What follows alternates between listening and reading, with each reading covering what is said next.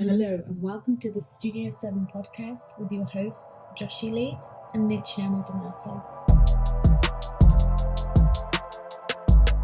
Hello, welcome back to the Studio 7 podcast. This is episode 2.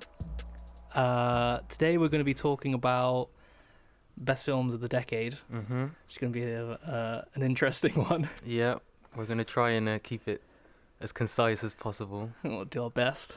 But we apologise in advance if we get carried away. Yeah, and also we're not saying that we have the last say on what's the best. And we definitely haven't seen everything as we came to realise as well. No, unfortunately. There's probably enough films out there that we haven't seen to completely replace our list. Yeah. I would say. I'm sure if we saw a lot of these films, our list would change quite rapidly as well. Yeah, drastically. So yeah, what we're going to do, what the plan is we're going to go from 2010 up to 2019. Had some honourable mentions. Hopefully have some number ones, number twos, top picks. We'll go from there. Cross-reference, compare, and just talk in general about how the industry's changed in that time as well. Yeah. So yeah, do you want to kick off your top 10? Right. So let's transport ourselves back to 2010. I'm not sure if you can remember it. Yeah. Warp speed. If you can remember what you were doing back then. I probably don't want to. No.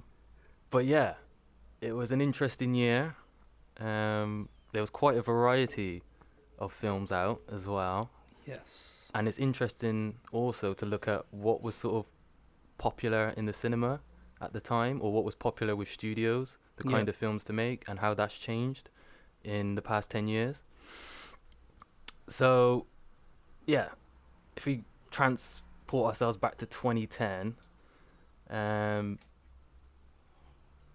it was also the introduction of quite a few new directors as well, or directors that weren't familiar with the masses at the time. Yeah. One of those directors was Rodrigo Cortés, who directed Buried with Ryan Reynolds. Now this was a really cool high concept thriller, all set in one location. Yes. With one actor. Yes. And then plus some extras, which are all voiceovers. And I know you're familiar with this film as well. Yeah. In fact, it's sitting over there on the shelf and it's in also, your DVD collection. It's also made my list as well. Really? Yeah. Oh, that's a good start. I'm happy about that. Yeah, so interesting about this film. The director has only gone on to do 2 other films since, and they've not had nearly... Not that I can remember. Yeah. Not had nearly the same amount of... recognition or success that one did. And so this is an interesting thing with this list as well, is we've come across a few directors which we liked, and we sort of thought, these guys are going to blow up big time. I'm looking forward to following them and seeing what other films they come up with. And actually I realized I'd forgotten about them because their follow-ups just got lost. And this is one of those directors. But Buried, brilliant film. Expert execution of I guess controlled, concise filmmaking, but on a big budget scale, as in, even though it's one location, one actor, minimal extras, it still feels like a big budget film, but it has all the sort of emotions and the storytelling skills of an independent film. Yes. It's the best of both worlds, I think. I just want to know how he pitched it. Like, how do you go about... It's a guy in a coffin. Yeah. Stuff happens. Literally. See, it's funny you say that, because I was thinking while I was putting together this list, and I was like, how did this one get through the net? Because it's not the sort of film that a studio would usually agree to finance. Now, judging by the year 2010, it's on the tail end of the whole war in the Middle East, with the America and Britain. It's based around that, isn't it? Exactly, yeah. I think actually it's even set during the time that they're sort of clearing out, if I remember correctly. Yeah, they even mention that, don't they, in the film about he's the transporter that's moving stuff back and forth. Exactly. He's a so they US kind of worked truck off that driver. marketing. Yeah. So that's interesting. It was still topical in the public arena at the time. Yeah. And I think that's probably what gave producers more of a reason to greenlight something like this. Yeah. Because if you think about it, we haven't seen anything like it since. No. And the other thing as well with that film is it's a perfect example of sometimes when you're trying to make a film, it doesn't matter how good it is, but you always need someone with a name. Imagine if there was an actor or actress in that coffin that you didn't know. We'd never know that film. It wouldn't be, on that shelf right now. And that's just, an unfortunate, one of those things that happens in the industry where it's like, you always need that person to sell it. Yeah. And that's where the majority of the budget went as well. I can imagine. Is getting Ryan Reynolds involved, because it's like a couple million. It's like you're in a coffin. Yeah, you thought they could have done it for like a few $100,000. Yeah. But yeah, it must be the star power basically is what bumped it up a bit. But I mean, like, yeah, if it, like you say, if it was any other actor, one, it wouldn't have been as successful. But two, I don't think you would have been as drawn in, because, you think about it, it's a guy who's buried in a coffin underground, and the whole film takes place there. You're stuck with this guy for an hour and a half. You have to sort of have empathy for him. You have to like him, but he still has to have flaws, because this is filmmaking. Perfect people aren't interesting to watch, really. No. And Ryan Reynolds is a good example of those two facets. He's like cheeky chappy, really lovable, easy to sort of get on with, but he's not perfect in a sense, if you know what I mean. Like, I'm sure there's qualities about him some people find annoying slightly, but you take a guy like that and put him in a situation like this, generally a good guy, but can be a bit cheeky, but it's pulling on your empathy. Exactly. 100%. No, it works. Really works. Yeah. Because I remember I was trying to get my mum to watch it, and she just kept saying, no, no, why? You're not selling it to me. And I was like, how? I didn't watch it either, but I've been told good things. And I sat her down, and not a peep. We watched it until the end, and then just looked at each other like, wow. Yeah. Like, you can't imagine it just being like this massive joyride. No. And the camera never leaves the coffin. Yeah. So they were very ingenious with the way they filmed it, and coming from a production design background, watching the behind the scenes was fascinating. So they basically created this box which was detachable from all angles, so they could literally get in there with the camera, and you still feel claustrophobic, even though in actuality, if you watch the behind the scenes, there's one side of the coffin that's being taken away, there's a big camera poking itself in Ryan Reynolds' face, and then there's like a crew of like 10 people behind. But while you're watching the film, you don't feel any of that. You do feel like you're in there in the coffin with him, as if there's room for two, sort of thing. Yeah, they made quite a few different ones, didn't they, to like, because there's that shot where it goes up and the walls just keep going, so they built like loads of different ones where they had long walls. It was longer to create different. I remember that shot now. Yeah, and it was like they just built up all the walls so the camera could kind of come up from the top. Brilliant. So clever. So that's my first pick for 2010. I'm not saying that's my favorite film from 2010, but that's my first pick. It was the first one that stood out to me. Is up there with the top few? Yeah. Okay. Yeah. That was in my honourable mentions. Okay. So we're near enough. Near enough on the same page. Yeah. It's a good start. We're gonna learn a lot about each other in this. Yeah, I got a feeling it could go downhill from here. And everyone's gonna learn a lot. And we just spent 10 minutes on one film, everybody, and that's the first year. So stay tuned. Gosh. We just realised we're trying to cram a decade of cinema into a shorter space of time. So get your tent out. Yeah, there's gonna be some sore butts after this. Yeah. Well, my one pick for 2010 that stood out to me was I Saw the Devil, which is Ji-woon Kim's film. He wrote the adaptation from the original screenplay by Hun Jung Park. Okay. And I don't know what it is about it. It's just like this new riff of cat and mouse, revenge. And it's just refreshing every time you watch it. It's always something new, or just that's the thing with Korean cinema. I just love it. There's like a mix of, I don't know how they get away with it really, but it's just grim, dark, but there's always like hints of, it's just a mash of emotions and genres in one. Normally. Yeah, I feel like they never neglect to feature, moments of comedy, even if it's dark or black comedy. And there'll sometimes be a love interest even in these dark, or at least some semblance of a love story, even in these dark tales, because they know they still got to keep it human, and these are emotions that everybody relates to. But what's so masterful about Korean cinema is they seem to do it in a way where it blends into the rest of the film without feeling forced or sticking out and feeling out of place. And you're right, it's something they just do so well. I mean, like, if we fast forward just for a second and look at who's potentially going to be sweeping the awards this year, 2019. Yes. And looking at it is a Korean film which deals with similar themes. Yeah.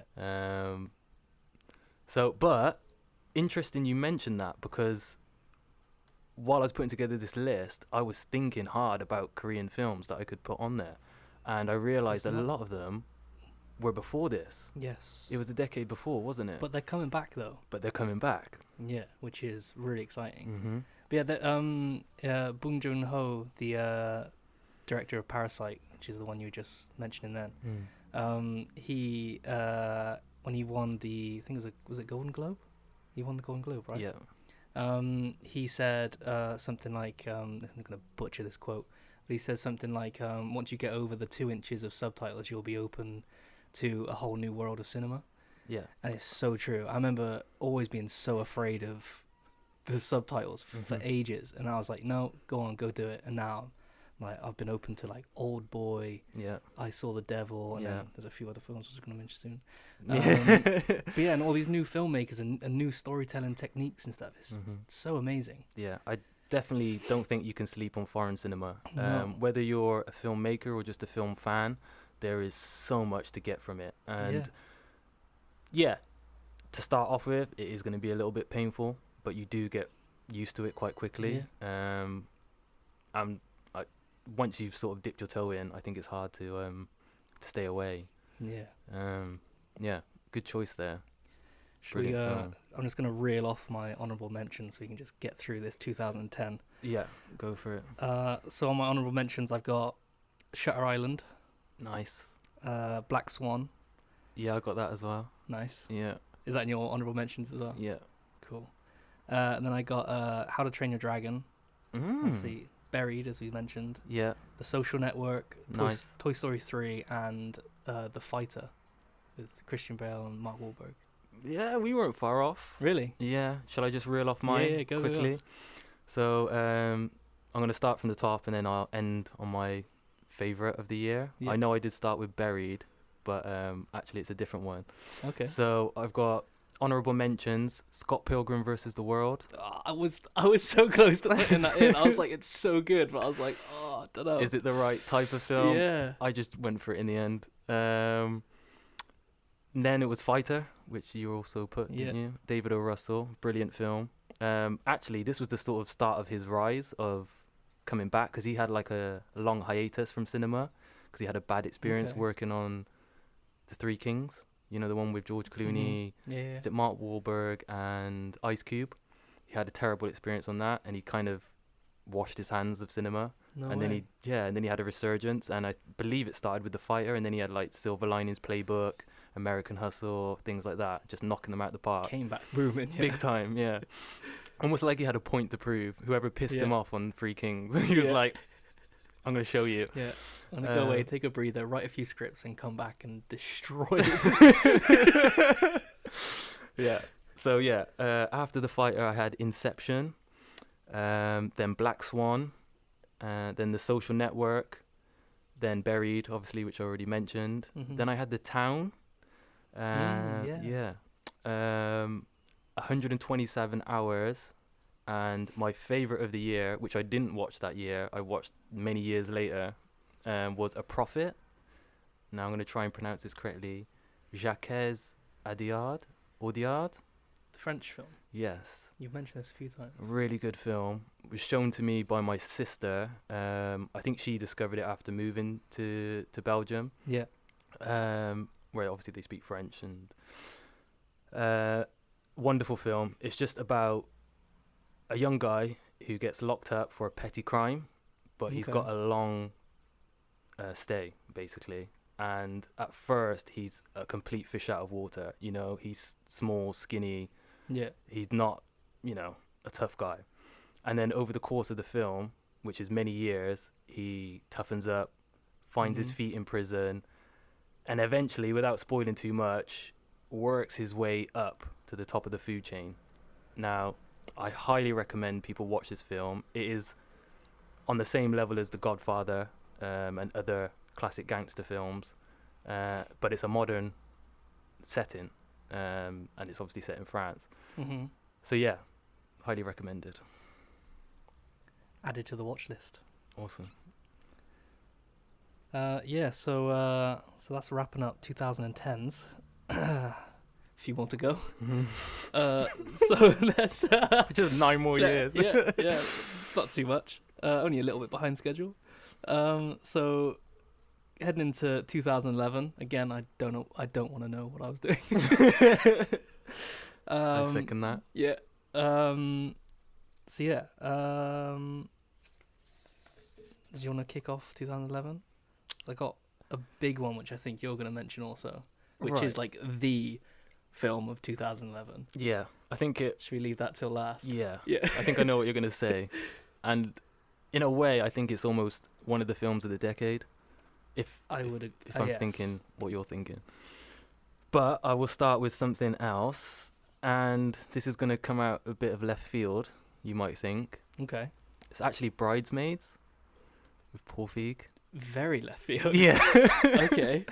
So this is an honourable mention, obviously. It's not my favourite of the year. But I just think it's a really fun film with a really good message. Actually, it was one of the films that was played to us at university as part of our storytelling lecture. And yeah. And one of the things the lecturer sort of sold us with the film was how you start the film and, you know, it shows you this character. I forgot her name. Who's the lead actress? That's going to bug me. It's someone very familiar. Kristen Wiig. Yeah. And she's down on her luck, and you think things can't get any worse than this, honestly.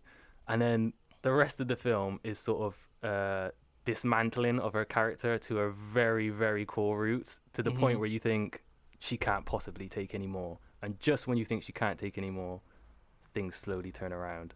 And in the end, she learns a great lesson about, you know, loving yourself to love other people, and being happy in yourself to spread happiness, and, you know, to live the life that you really want. And on top of that, it's just really funny. It felt like a female version of Hangovers to me, and I thought, yes, you know, that's what was needed after the first Hangover. Instead of trying to force out 2 sequels, take it in a completely different direction, show the female version, or, you know, So was that film like the big push and introduction to Melissa McCarthy as well? Yeah, it was like the staple. Like, there you go, she's someone to watch. Yeah, 100%.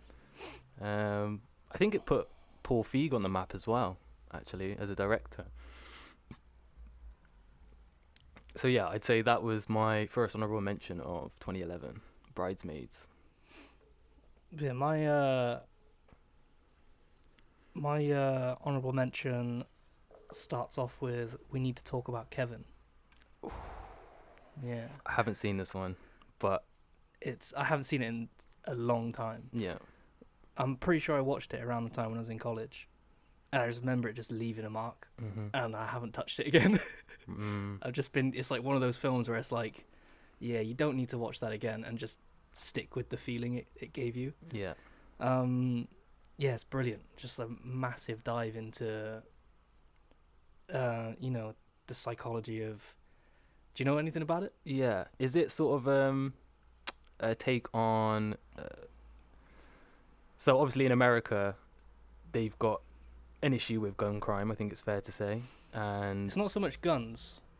It's but it has got something to do with another thing that's large in America, which is like school shootings. yeah, Yeah. yeah. So that's my sort of Yeah, it's basically knowledge just of it. it's basically just about, you know, seeing this, just witnessing this poor kid in this family, and he just feels out of place, and you just kind of feel on both sides of the fence. It's such a strange film, and you're constantly forced to be sided with the mother, who is like left to basically absorb all the hate from what her son did. And, Played by Tilda Swinton. yes, Right. yeah.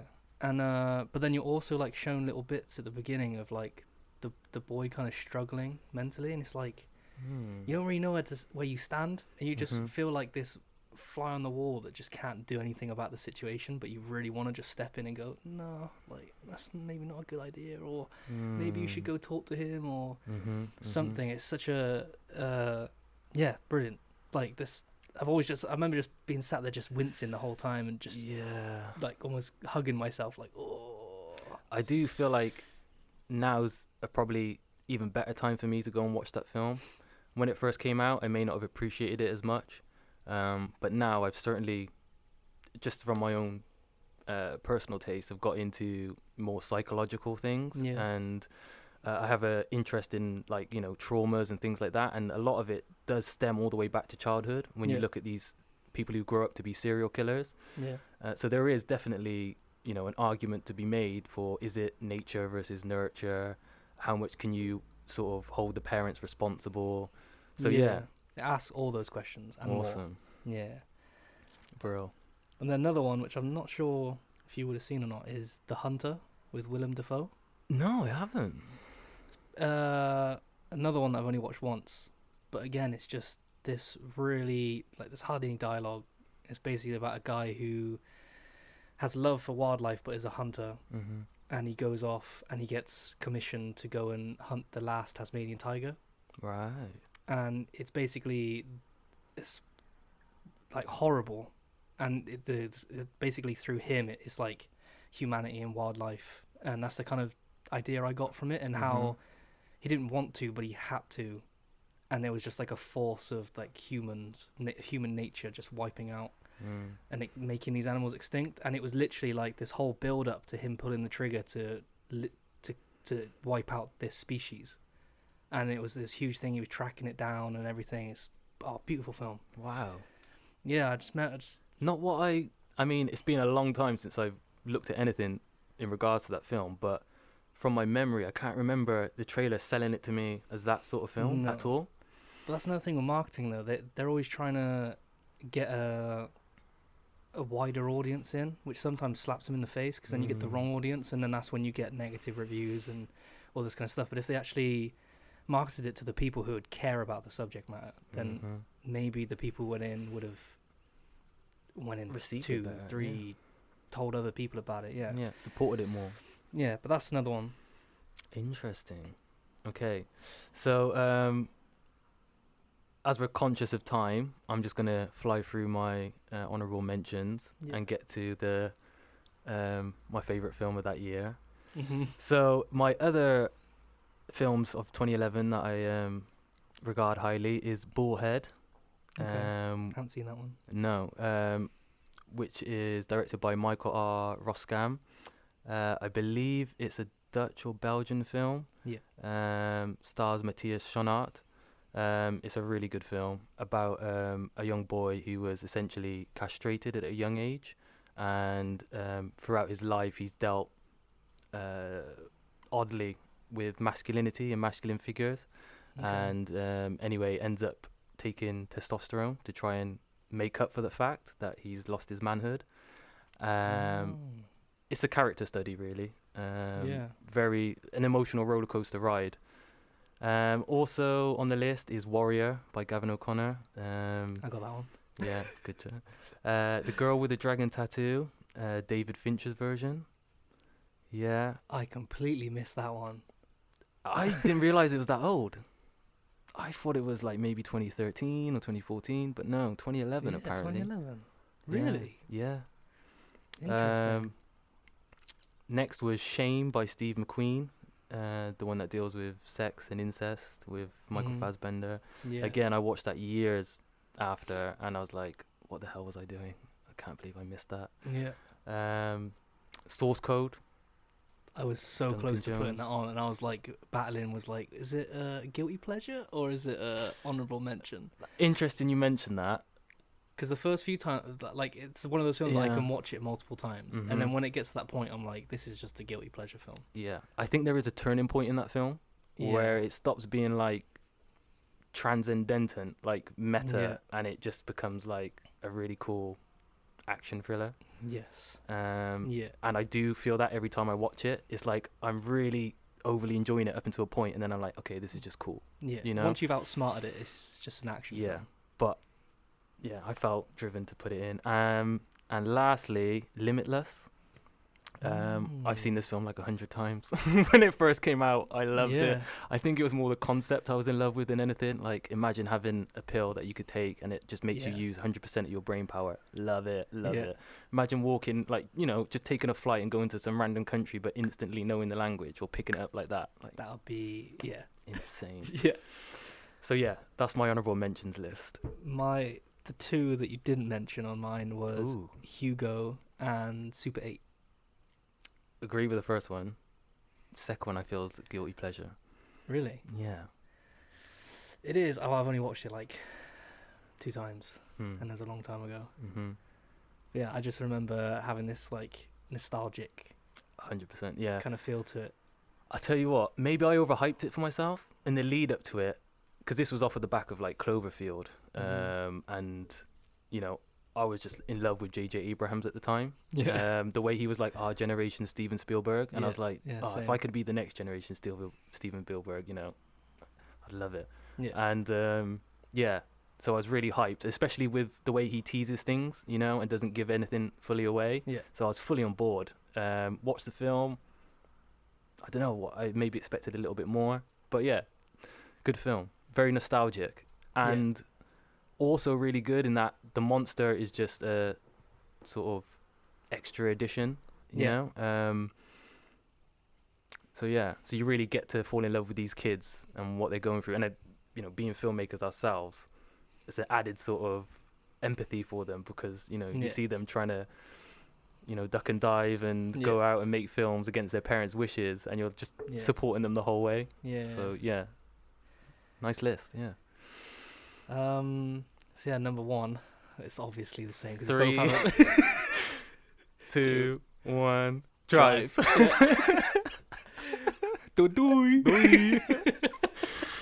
Had to be. Yeah. Oh man, like I remember seeing this again in college, and I was gutted that I didn't see it sooner. Yeah. And I've rewatched it and broken it apart and God knows what. But it's genuinely a masterpiece.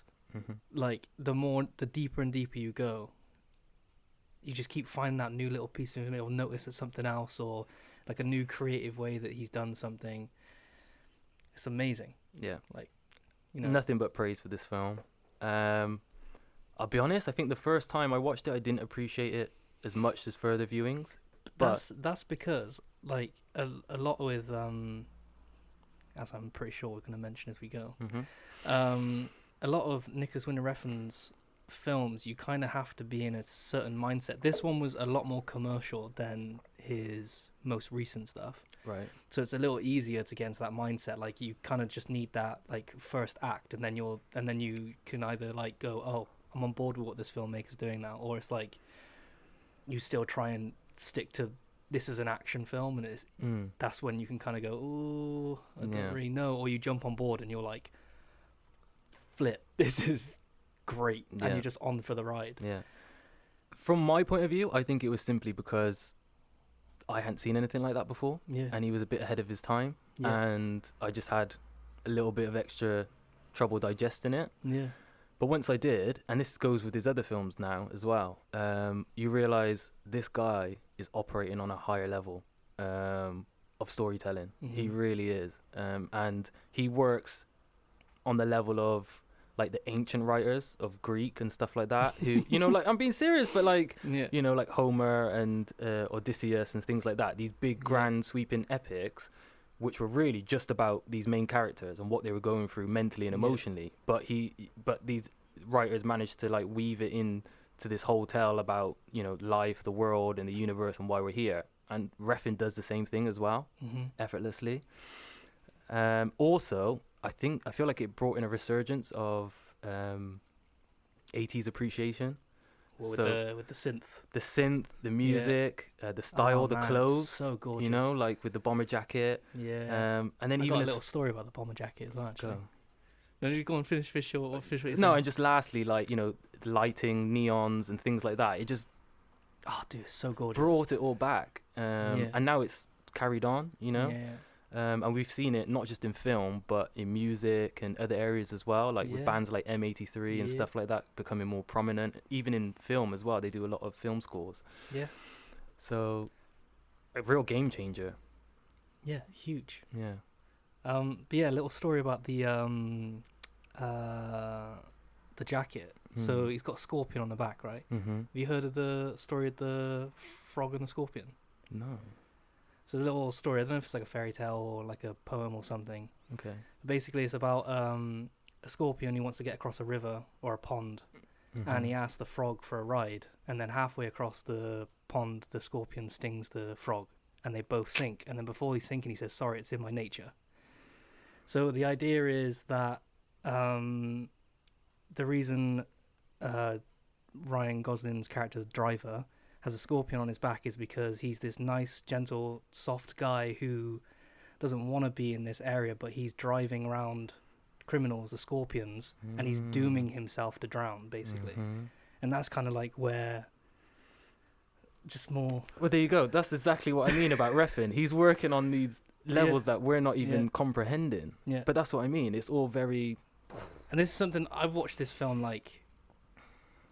God knows how, I can't even put a number to it. And I've only recently clocked that.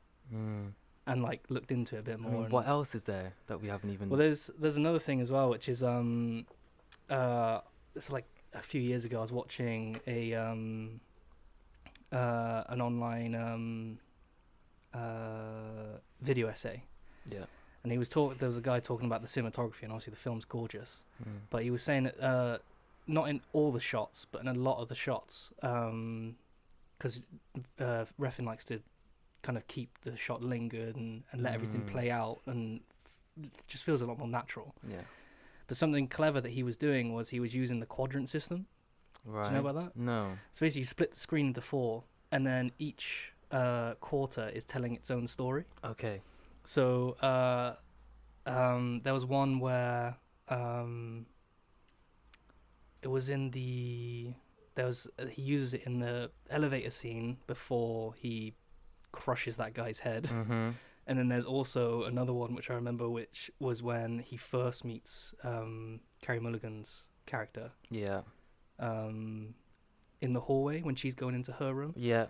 And there's like her door, and then her hands, and then his face, and then his arms. And then they're all like telling a certain story, and the framing is like framing each... dude, it's mad. I'll have to show you the essay. It's mental.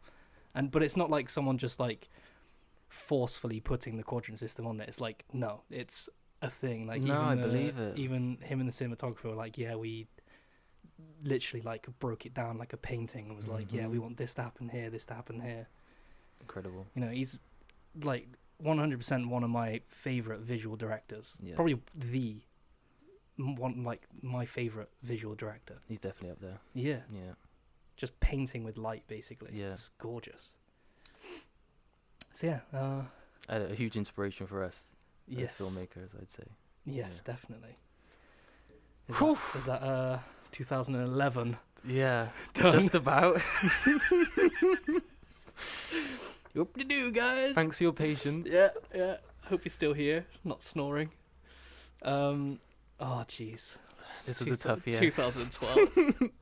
I'm gonna go. I'll leave it to you. Oh dear. Should we just fire through this one? Yeah, this is a dead one. I haven't even chose a favorite. This is how bad. There's all right films. Like there's nothing terrible.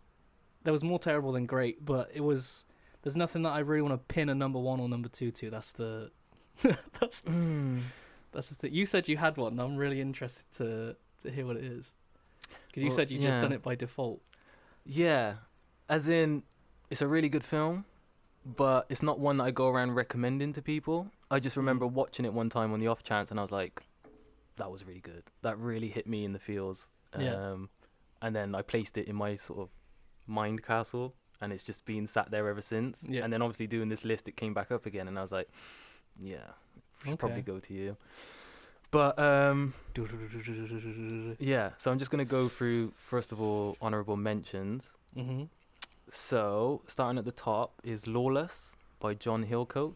That was close. That was a pretty cool film. Yeah. I really enjoyed that. It only missed it for me because of a couple of story change choices in the last 2 acts, which I didn't agree with or I felt were unnecessary. Yeah, there are a few nitpicky things which could have just cemented it as a great film. Yeah. As even a classic maybe, but yeah, just sort of fell short. Yeah. Next was Cabin in the Woods. Another one that was close to putting but didn't put. Yeah. Because again, I've watched it too many times where it's just a guilty pleasure now. It's like, especially for the third. Well, sometimes I just watch the climax. I just skip the whole film and. Yeah. So I mean, this was a tough year, as we've already mentioned. So I feel like my reasoning for putting it in there was the fact that it was so different at the time. Yeah. It was like a horror film, but with a lot more going on, and actually had a really interesting twist at the end, which wasn't just your typical slasher. It had all those elements in it, but that was almost like a misdirection, a red herring. And then the actual reveal at the end, you know, I would actually like to see a sequel to. You know, I don't think it would be as good as the original because you sort of played you used a lot of the tropes, but where it was sort of heading with that cliffhanger could make a really interesting sequel. Yeah, I want to know, like, I know they 50-50, like what was going on in the cabin, what was going on behind the scenes, but it'd be great to have like a big thing about what was going on behind the scenes. And I thought if the studios could have done a sequel, like that's one of it's just lending to it. Like you could go and hop around to the UK, you know. It set it up for you, yeah. So just a little, if you haven't seen the film, some group of friends go to a cabin in the woods. Weird stuff starts happening. They start getting attacked by different monsters, creatures. It turns out the cabin in the woods is actually fake. It starts off typical. It's like zombies and kind of whatever else, ghoulies and things like that. Yeah. And then it starts to get a bit crazy. Yeah. And it turns out that basically all the governments around the world are sort of working in cahoots to feed these more powerful beings, these ancient gods basically, who like the Roman Colosseum times enjoy seeing people get chased and ripped apart and eaten alive. So and one of the cool things they did in it was showing that a lot of the different mythologies from around the world have a reasoning. So for example, like over in the cabin in the woods in Japan, there was like a ring girl or a grudge girl going after their teenagers. Do you know what I mean? And in different in different continents there was different things going on. So interesting film. We wanted the mermaid. Yeah. I like also like the sweepstakes or the games that they were playing, like who's gonna die first. Betting, Nice little touches. And you could tell all of that came from Joss Whedon, his writing style of making people like the guy next door or the girl next door, where they're having these sort of conversations, water cooler conversations that everybody has, you know. It's always like, who's better, AJ or Deontay or whatever. Everyone's got a sort of, you know. Then I had Cloud Atlas. Controversial choice. Very controversial choice. And I've only come to that decision recently after rewatching it. I feel like the film has a lot to offer. You're saying that they split it, right? So there was Wachowskis did The Future Side, and then Yeah. who was Tom it? Twyker Did did the period pieces of it, because it's basically a film set over a thousand years, quite a few generations. It goes from like during slavery times, colonial times, all the way into the future, and then the far future where humans have almost wiped out the earth and they've started again, like nature has taken over, and they're all reverted back to cavemen like talk and speech. There's a lot in there. I feel like that's a video for itself to explain why I like that film. Yeah. So I'll keep on going. Wreck-It Ralph was next. Okay. Zero Dark 30. You've not named one of mine yet. Chronicle. Now you have.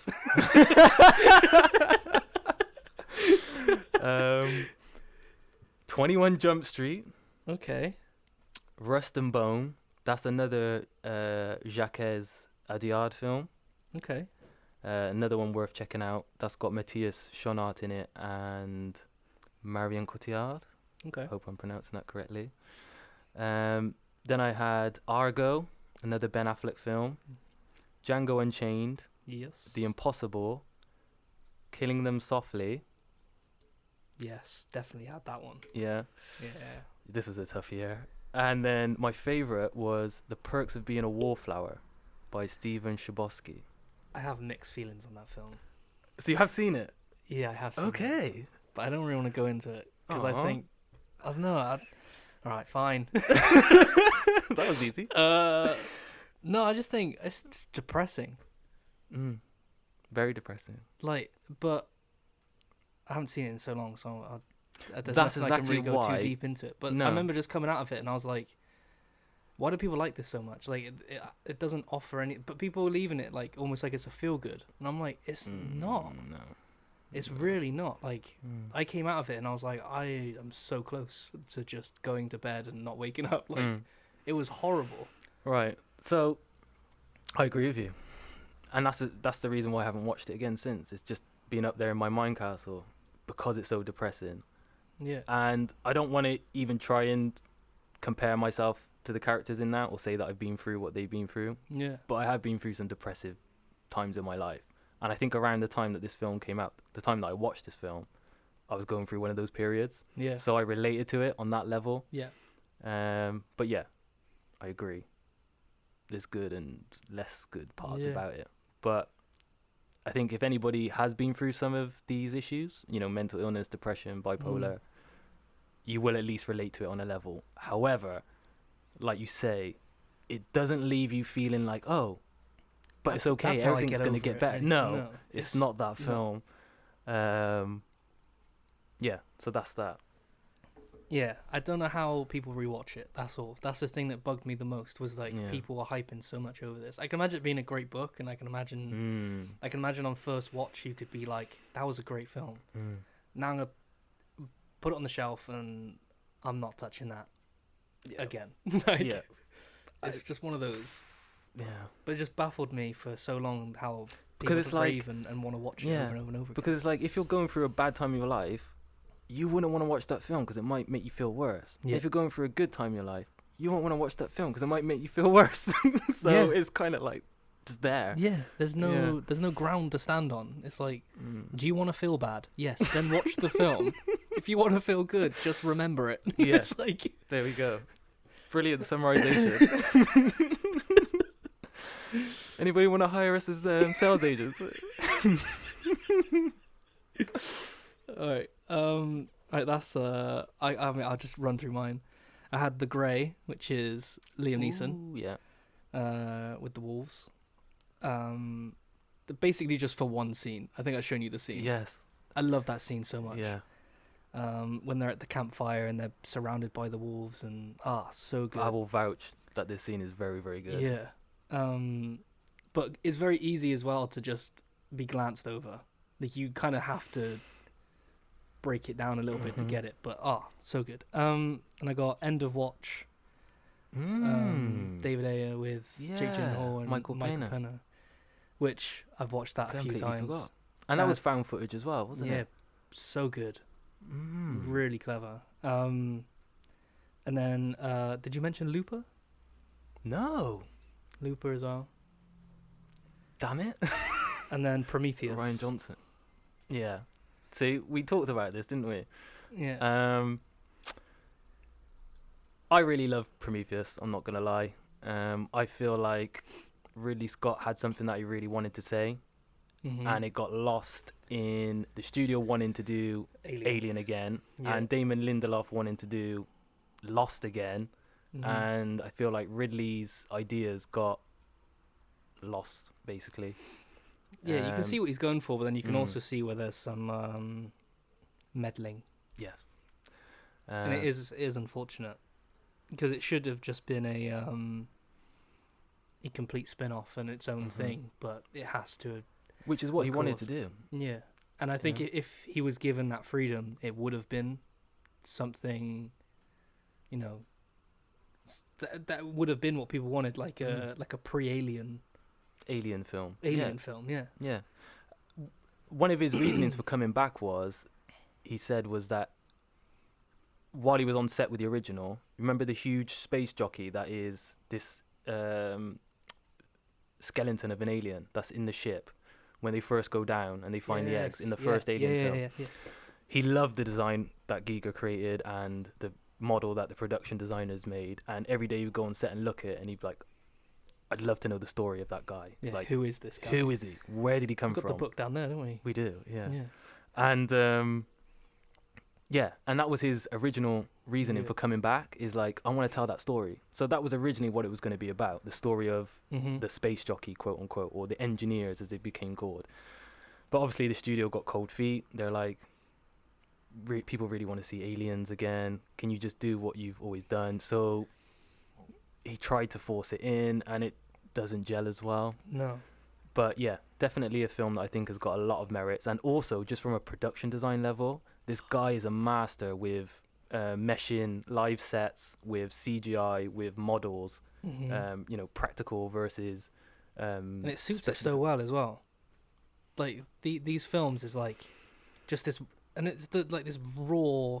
I don't even know how to explain the kind of world building that H.R. Giger did, but it's so different and unique and grim and gross and everything. But it's like every time you look at it and like going through the page, I'm like, what's this alien? Where did that? How did that alien come from? What alien did this alien come from? Yeah, you know. Yeah. And it's like, you want to keep going through, and you're like, well, I want to know more. Yeah. And that's obviously what Ridley wanted as well. But like, you hit the nail on the head about the world building.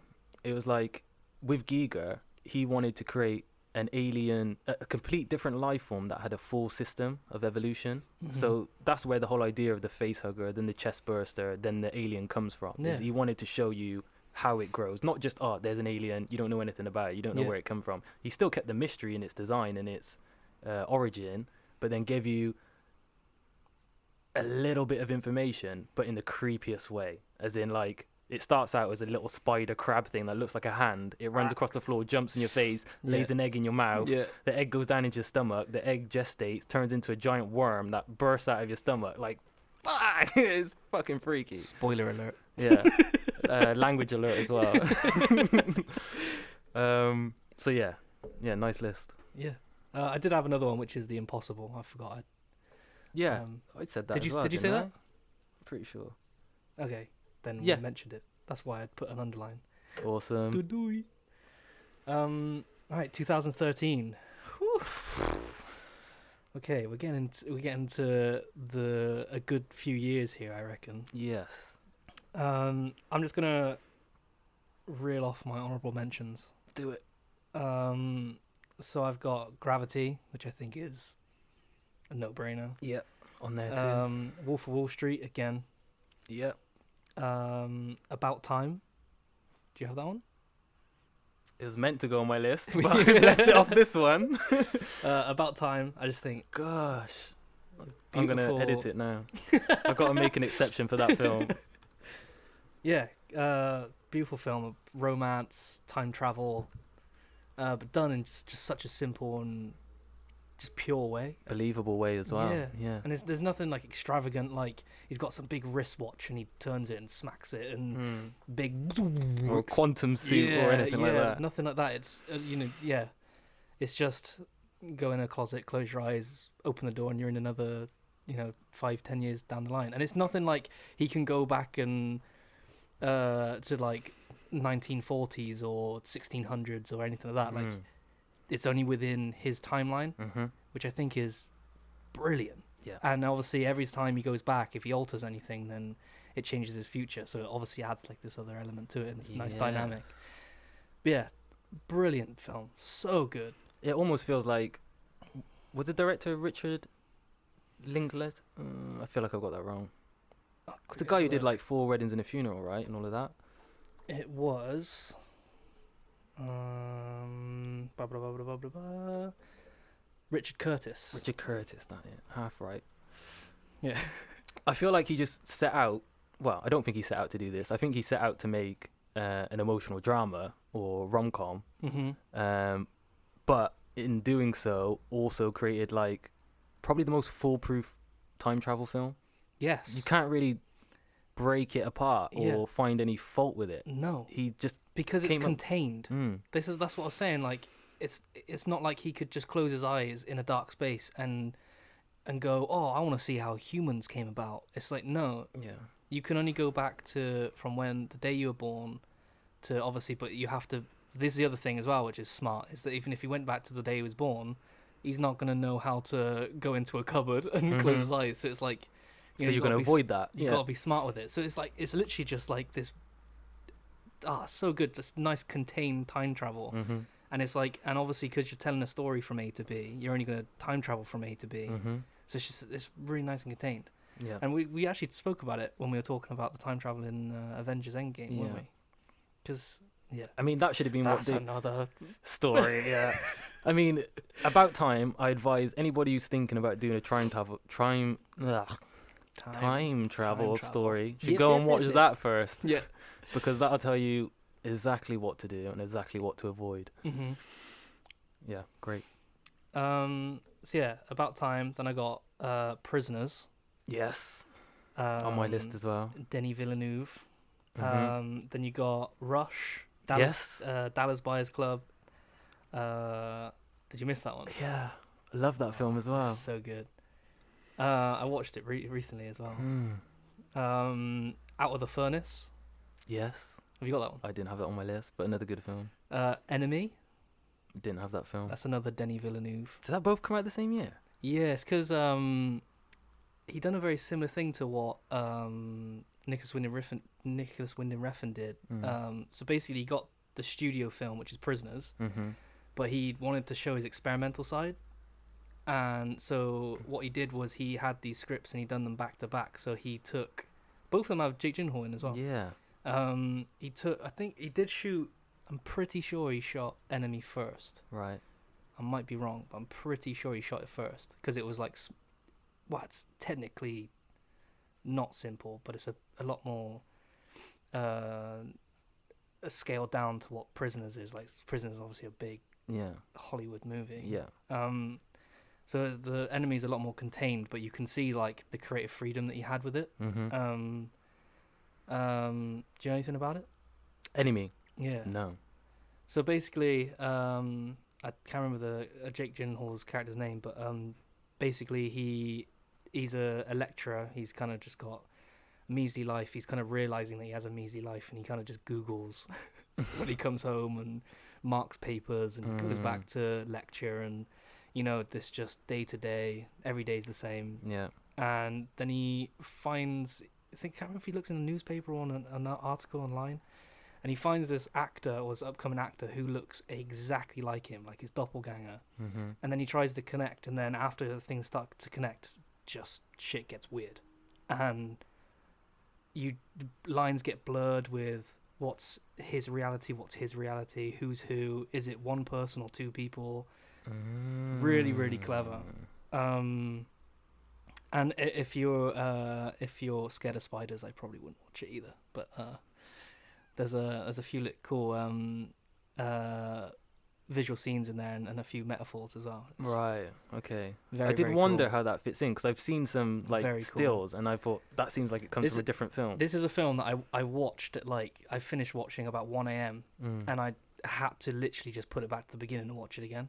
Wow. Like I finished it and I was like, I love it, but I don't know why I love it. So let's so let's work out why I love it. Right. And then watched it back the second time and like looked around and then pieced it together. Yeah. But it is one of those films where it's like you want to just keep ingesting, taking in more, and finding out what's going on.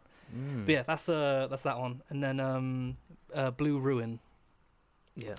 which I told you about earlier. Yeah. I've not seen this one either, but Yeah. heard good things. Yeah, great film.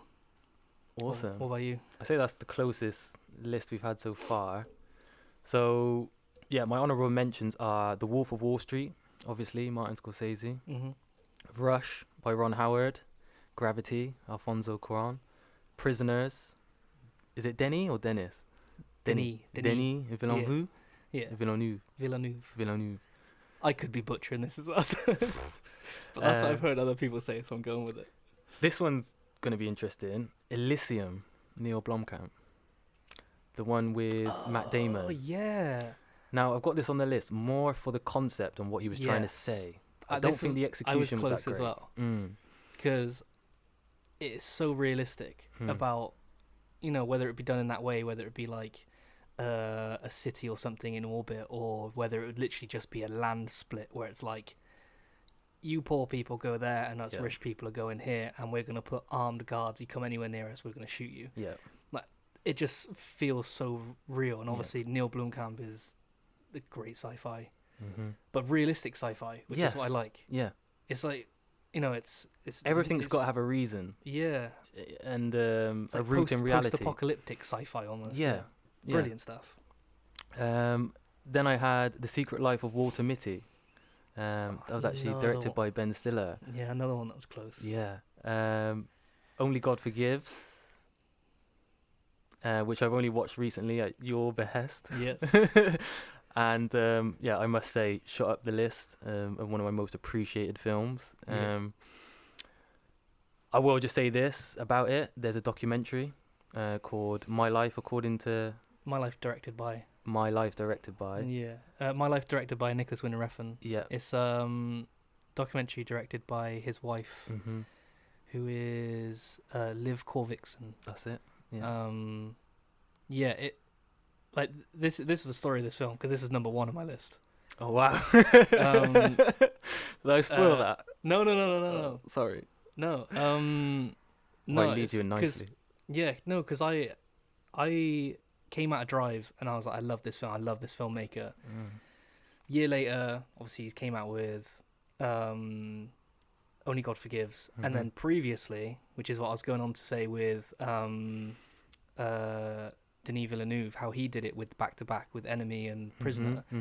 Nicholas did the same thing. Like, he's always wanted to be this experimental visual filmmaker, which he is now, and he's grounded himself and he's built his own audience, and you know, and he doesn't ever push for a bigger budget than he needs, and but he done a very similar thing. So he made the 3 Pusher films, and he tried to go over and make a film in America, and it didn't work out as well as he wanted to, and then he came back and made the 3rd Pusher film. Then he got offered, and it was a great success. Was that the film with John Turturro? The guy... no, but he introduced like the Fear world. X or something like that. Yes, Fear Was that X. the film? Yeah, in America, yeah. And it was considered like a huge flop. Yeah. And he was gutted, and this is the film that actually put him into debt. Ah. Yeah. And then he came back to Denmark because he tried to expand and into his American career. Right. They shut the door in his face. And he has a lot to say about it. There's a documentary on... It was on YouTube. But yeah, just go look. There's loads of them. He talks about it. But anyway, he comes back to Denmark and he does Pusher 3. Gets his credit back up. And he gets offered Bronson.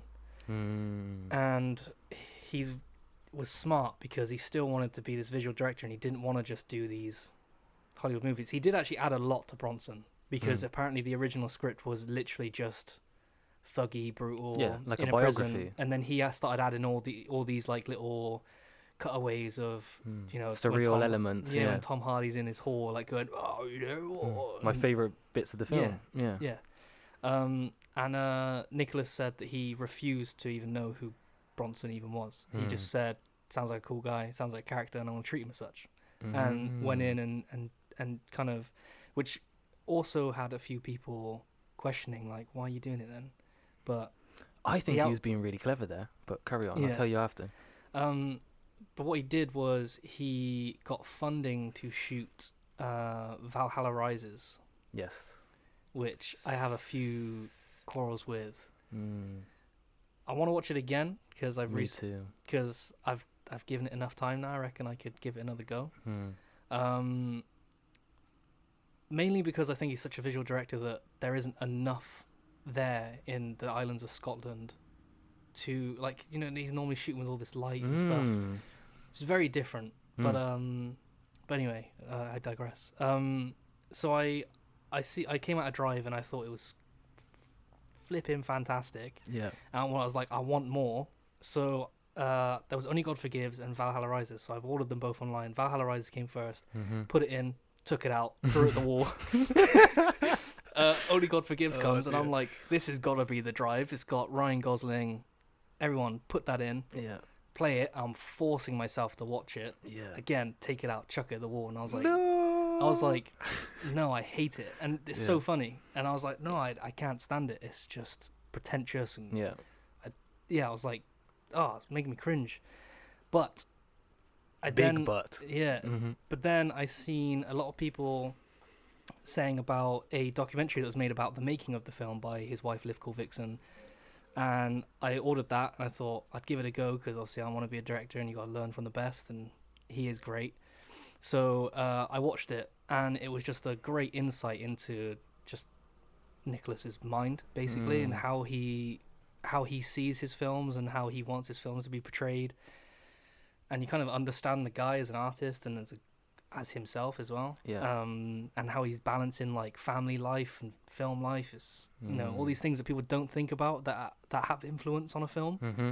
Mm-hmm. You know, it's not just a case of I want to make a movie. Now you made a movie and it's pure what I wanted to do. No, like things change daily. Yeah. All the way up until that final export of the film and you're sending it off.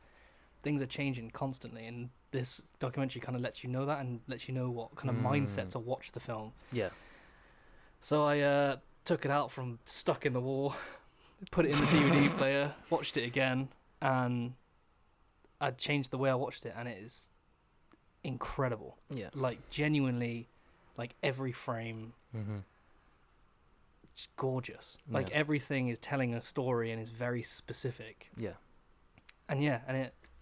Yeah, but I get the impression a lot of people watch that film, especially for the first time, or not know much about the director, and they think, Drive 2. well, they're hoping for Drive Yeah. 2, and then they watch it and they're thinking, what the hell is this? Yeah. And basically, Nicholas Refn is the kind of director that doesn't just want you to sit down and absorb everything that he's put up on the screen. He wants you to watch it, listen to it, feel it, Yeah. think about it, break it down, and then Yeah. come up with your own assumptions, Yeah. and then, you know, compare that to what you think he's trying to tell you. Mm-hmm. It's not just about entertainment with him. It's No. a lot more. And you can tell that by watching the documentary, seeing the other kind of filmmakers he admires and who he takes inspiration from as well. Mm-hmm. It's everything that happens in that film that's on that screen is there for a specific reason. Nothing is there by accident. And I think that's all we need to say on that. Yeah. So if you've seen it or you've heard of it and you didn't like it, give it another chance. And if you can, get a hold of a copy of the documentary by his wife, watch that first, and then go back and watch the film. I guarantee you'll see it in a new light. It's on Amazon, like £4. Go get it. Do it. So yeah, moving on to the 2014s. Yes. This is, I'd say, arguably one of the best years of cinema in the past 10 years. There's a lot of good ones. Yeah. Yeah. It was hard to narrow down. I would not have wanted to be on the boardroom in the Academy when picking the Oscars for this one. Like, there were some solid choices. Yes. And I may go as even far to say as I think they got it wrong with best director or best film for that year. Yeah, definitely. So yeah, shall I take it away with this one? Yes. Okay. So 2014, I'm going to go through my honourable mentions first. So I've got the Lego Movie, directed by Phil Lord and Christopher Miller, who obviously we're now all aware of from Into the Spider-Verse, Spider-Man Into the Spider-Verse. It Follows, which was a breakout film for the first-time director David Robert Mitchell, which was a cool spin on the horror slasher, where in this one it was a sexually transmitted disease, which was the culprit. I mean, it sounds a bit far-fetched. Again, but I'd love to have been in the room when being pitched this. yeah, gosh. And I mean, well, there's one scene in it as well, especially I can think of, where somebody gets caught by the quote-unquote creature or whatever it is, and the way they sort of attack them. Oh yeah, no, that was grim. Really gross, right? Yeah. Yeah. That was almost hard to watch. Mm. It was the guy, right? Yes. Yeah. And it was like with the yeah. Yeah. So that was It Follows. If that's not a trailer to go watch it. Yeah. But again, just going back to it, is a director who I was really excited for. I was like, wow, this is the guy we need to keep an eye on. But hasn't had any real success since. I think he's only done one feature film in the interim, which was the one we were talking about earlier. Beside the Silver Lake. With Andrew Garfield. Yeah, Andrew Garfield, yeah. Yeah, which is very different to this film, It Follows, which I won't go into now, but, check it out if you're interested. Next was Ex Machina. No. Alex Garland. I missed Ex Machina. Really? Okay, no. I'll let you amend your script because I did it earlier with About Time. Dude, this is the year where I couldn't even. I got 4 top ones, and now you just added I got 5. One. Yeah. Yeah. Yeah, I don't think I need to say much about that one. Interstellar, Christopher Nolan, obviously. Didn't even put that one on the list. No. But was that I knew you a would conscious choice? I was like, yeah. The Raid 2. I was close. Gareth Evans. Yeah. Gone Girl. That's on there. David Fincher. Edge of Tomorrow. Doug Liman. Now, this was a surprise hit for me. Yes, I really enjoyed it. Me too. I didn't put it on the list. Mm. I was, again, very close to it. I had teased with putting on the list, but no, yeah, that's a massive guilty pleasure film. Yeah, me too. Like, you could put that on, you could step into film at any point and still enjoy yourself. Like, it's just, What I love about it as well is the portrayal of Tom Cruise's character at first as being this coward, pussy, for lack of a better word. He's a general in the military, but doesn't want to fight, avoids getting his hands dirty. Yeah. That is him through and through. And then through being forced to repeat the day over and over, builds his courage until the point where he becomes the hero of the film. Goes from being... And Emily Blunt in it is mad. I tell you what, though, one thing, after I watched it like the second time, I did think, and I was like, it would have been cooler to have a role reversal where it was actually Emily...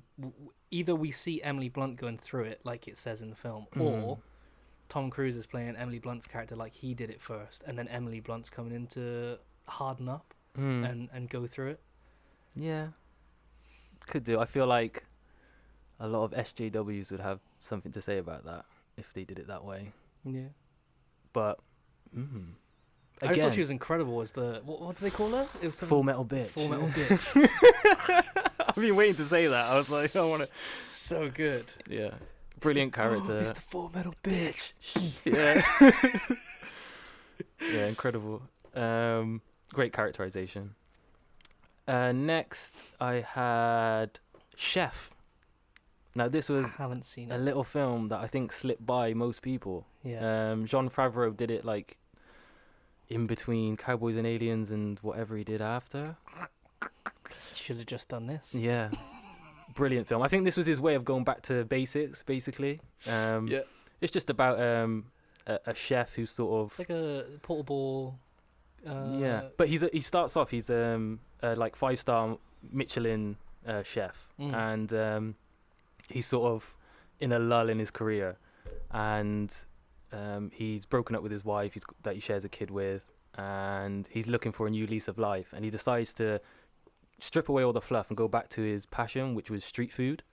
So himself, along with a friend and his son, they buy He genuinely has a passion for food, though. He does, yeah. And you can see it in the behind the scenes stuff, and also he's showed up in a couple of documentaries, like what's the one that was on Netflix with the famous chef, the French guy I'm not too sure. who I know he does a talk show. passed away recently. Yeah, I know who you're on about, but I don't know his name. Yeah. I'm Places Unknown, it's called, possibly. I think. And he goes around and they literally go to takeaways and stuff to have interviews, don't they? And he features in one of the episodes of that. Jean Favreau does. So, but also, like, if you see anything, he's quite honest and open about it. His weight fluctuates quite a lot, and that is to do with his passion for food. I think when he's deep on a film, like, he tends to. No, you just don't eat. Yeah, and then obviously in between is when he puts it back on. So that's the secret. You want to lose weight, just make films. Get on a film set, right? And oh dear. After that is another French film, 2 Days, One Night. Okay. Yeah, and this stars Marion Cotillard as well. It's directed by Jean-Pierre Dardenne and his brother Luc Dardenne, and it's basically about this blue-collar mum worker who is basically being forced out of her job by her colleagues because they basically have a chance to get a bonus if one of the staff is let go. Okay. And obviously she's not present at the time that this decision is made, and all the rest of her colleagues choose to give her the middle finger, basically. Yeah. And the film takes place over 2 days and 1 night as she goes around to all these people and tries to convince them why they shouldn't do this. Okay. Very interesting film. Gonna relate to a lot of people struggling with being a single mum or just coming from a difficult background. But yeah, very thought-provoking. Next I had Nightcrawler. I got a feeling this might have been your top one. That's one of my number ones. Oh!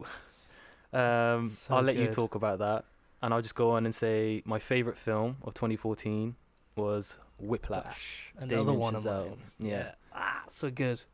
You wouldn't think that it would be a good film though. Like if Like on that level. Yeah, on paper it's like you're gonna watch some guy do jazz drumming. Okay. Yeah.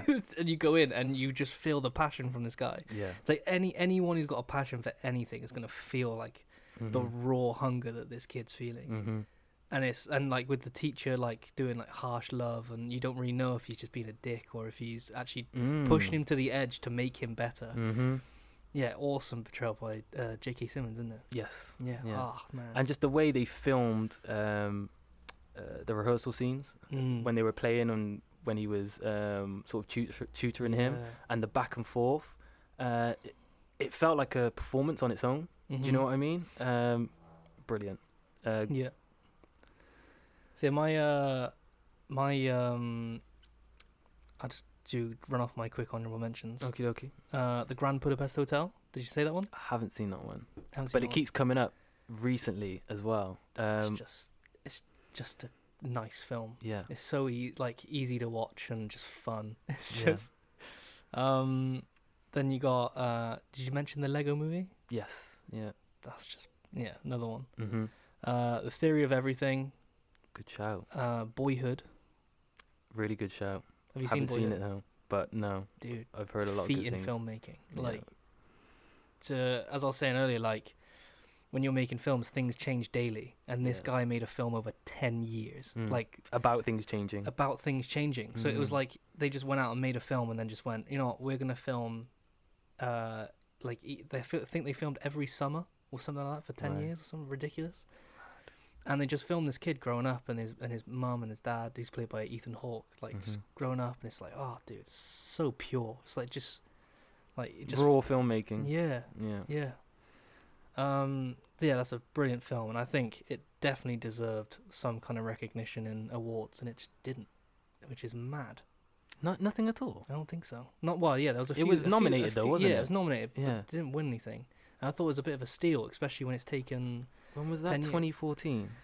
Yeah, but as I was saying, like this is a year where there were huge. Yeah, but you know what Oscar won? hits. It was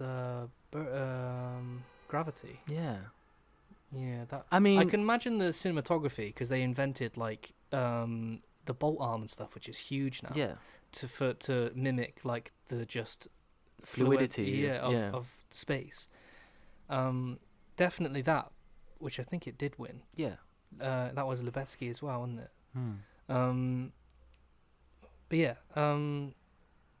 it's a weird one, really weird one. And I was kind of gutted, but I wasn't at the same time because there were other films there which I was blown away by that year as well. Another film which slips under the radar is The Rover. Yes, you love this film, don't you? Dude, so simple and more than effective. No, hardly any dialogue. And this is a film that opened my eyes to Robert Pattinson as well. Mm-hmm. Shit, this guy is such a good actor. I'm so excited to see him in anything. And I've started watching Good Time recently, which I'm annoyed with myself that I haven't seen before. He's amazing in that. I'm like, but this is when we were talking earlier. It was like it was this guy just being smart when he went into Twilight, and he just went, you know 100%. what? I'm gonna go in. I'm gonna get my fan base. And if you actually watch all the promo stuff, he's just snoring through it. Like, Yeah. he's laughing at it. He's poking fingers at it. He's there like, what's even going on? He's just going. He's getting his paycheck. He's building his followers, and then he's gonna go back. And then he started again from indie and reinvented himself. Yeah. And the dude has, and I'm so excited for anything that he's in. I mean, I think he's gonna have a huge research. Well, he is. He's He is got already. Tenet coming up with. I mean, he's quietly having it. A lot of mainstream people don't realize, but he's worked on a lot of indie films which have had a lot of success. Yes. Like Good Times, for example, Mhm. and among others. The Rover. What was that one? The sci-fi one that we were watching the trailer for the other day. Oh, I can't remember the name, but it was yeah, I can't remember the name. Yeah. So he's had a lot of those in the pipeline. He's been laying the pipes for his resurgence, and this year, obviously, he's coming out with Tenet from Christopher Nolan, Yes. and then Very excited for that. in 2021 he'll be Batman. Batman. I mean, this guy is That's just a big career move. And still on IMDb it says all the Twilight movies. What's going on? yeah, Get your publicists on it, mate. yeah. The sci-fi one you were just talking about is High Life. That was it. High Life. And who was the director? It's directed by Claire Denis. I believe she's a French filmmaker. Mm-hmm. And this is like she's kind of going into untouched territory from what she normally does, which is kind of social dramas and character stories, where this one is it's a character story. She said it's a character story, but it's like almost explaining human life and society and Yeah. social structures and all this kind of stuff. It looks brilliant. Yeah. And it's obviously produced by A24. You're amazing. Just saying. Just saying. Yeah. I think quite a lot of the films on our list you'll notice Mm-hmm. all share That's A24 as actually, a that's studio. something that Robert Pattinson shares as well. A24, The Lighthouse, High Life, Good Time. Mm-hmm. So they're a big hand in his new foundation. Yeah. No accident, I expect. Either. No, but yeah, and as you said earlier, Nightcrawler. Yeah, man, that film. It's just yeah. I don't want to go too much into it because we got loads more years to go. Yeah. But yeah, it's brilliant, and it kind of gives you a little inside look behind the curtain of how media can manipulate and Well, just the dangers of media in general. How Yeah. their lack of authenticity or fake news can actually have long, dangerous effects on Yeah. people. Yeah. Can I ask you a question? Was it an inspiration at all for Watched? Because I'm just thinking now, actually, they deal with some similar themes. So, for a bit of context, Watched is a short film which Joshy directed and released this year, which is available on Amazon Prime Video if you want to check it out. And you've done the production design? And I did the production design, yes. And yeah. A little bit.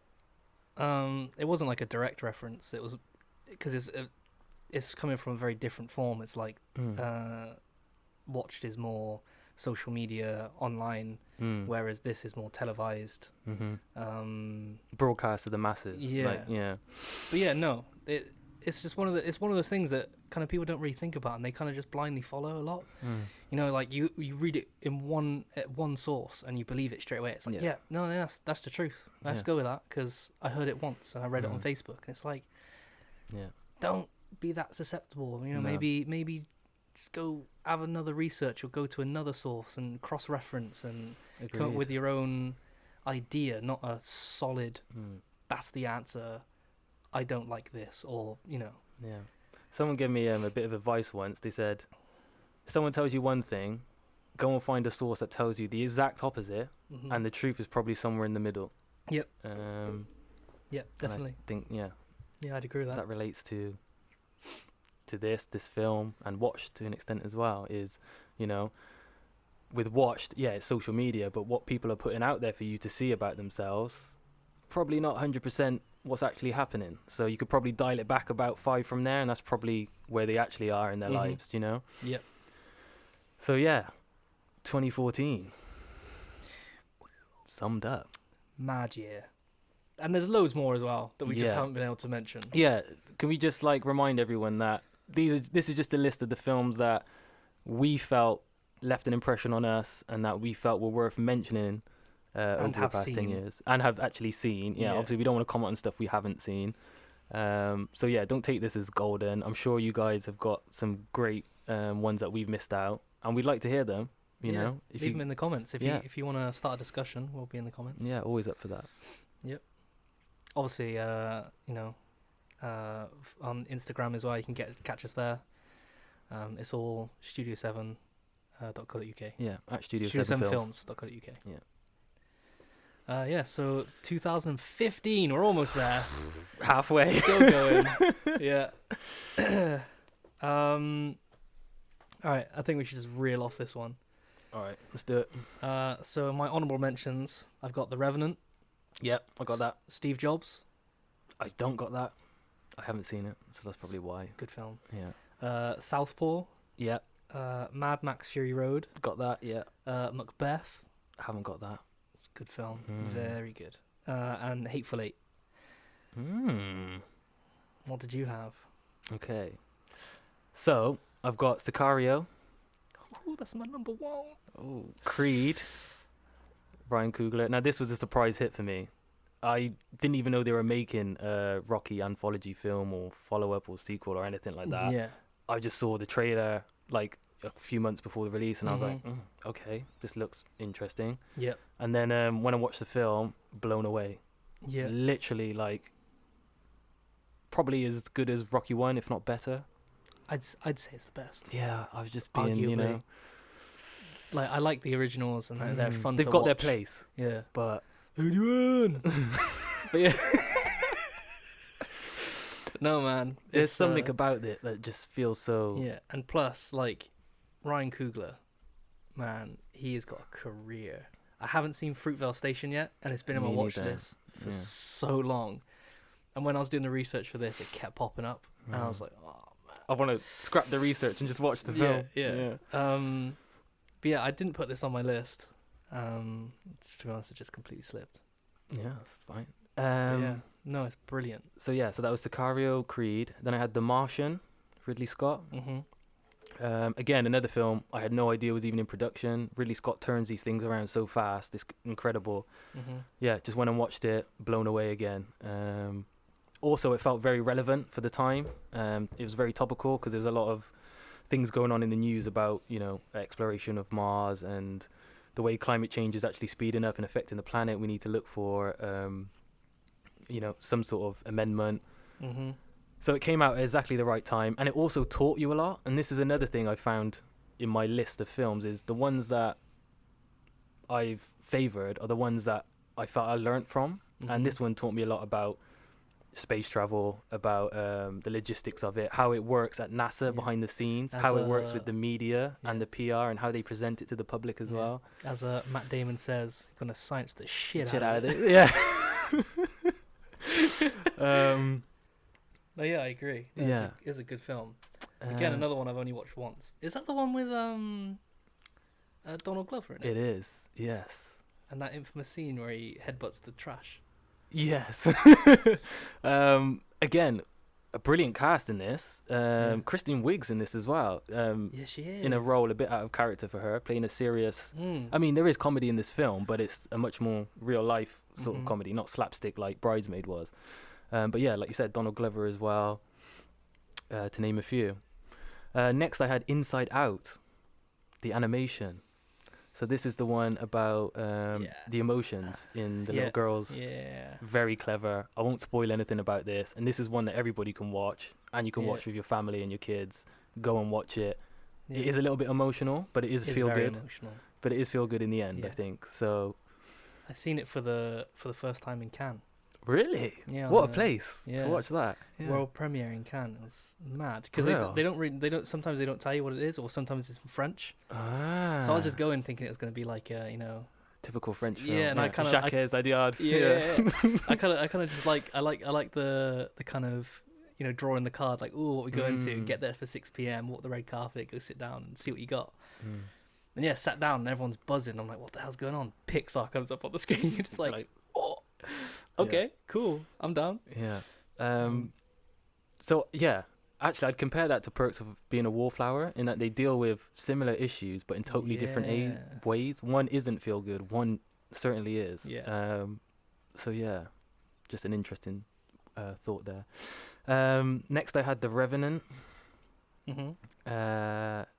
Alejandro Inarritu, obviously. Then Mad Max Fury Road. The Big Short. Haven't seen it. I recommend everyone go out and watch this film. This is another film that teaches you something that we should all be learning at school, which is, financial etiquette, how to look after money. You could argue this is pretty much a documentary, actually, obviously. It's based on true story. All the actors are playing characters based on real-life people who were around during the financial crash. The last financial recession that we had, I think it was back in like 2010 in America, where literally people defaulted on mortgages on their homes, and when they looked into it, it's because people were being dealt, even people with bad credit were being given mortgages with high interest which they couldn't pay back, and the bankers knew this, but they were just making money off of the profit. So incredible film, incredible cast. Adam McKay, a comedy director, directing a serious drama, but with comedic elements in there to help you understand what's going on. I highly recommend watching it. Christian Bale, Ryan Gosling. Yeah, all of them are at the top of their games. Who else is in there? Is it Brad Pitt? Steve Carell. Is Brad Pitt in there? Yes, he is. He's brilliant in it as well. He's got a beard and stuff. Yeah, he's playing an older dude. Yeah. Oh my god, it's such a good film. Highly recommend everybody go watch that. Next I had Subura, which is an Italian film by Stefano Salima. That's another one on my watch list. Crime film, very interesting. Deals with the politics and how in Rome is often marred by the mafiosa and gang life. Yes. Funnily enough, my next one is My Life According to Nicholas Winding Refn. No way. Yeah, by Liv Corbickson. So yeah, if you go back, we were talking about Only God Forgives. Yeah. And that it's a brilliant film, but it might take a bit of extra understanding. Go watch this documentary to understand that film better. Yeah. And then my favourite film of the year was Spotlight by Tom McCarthy.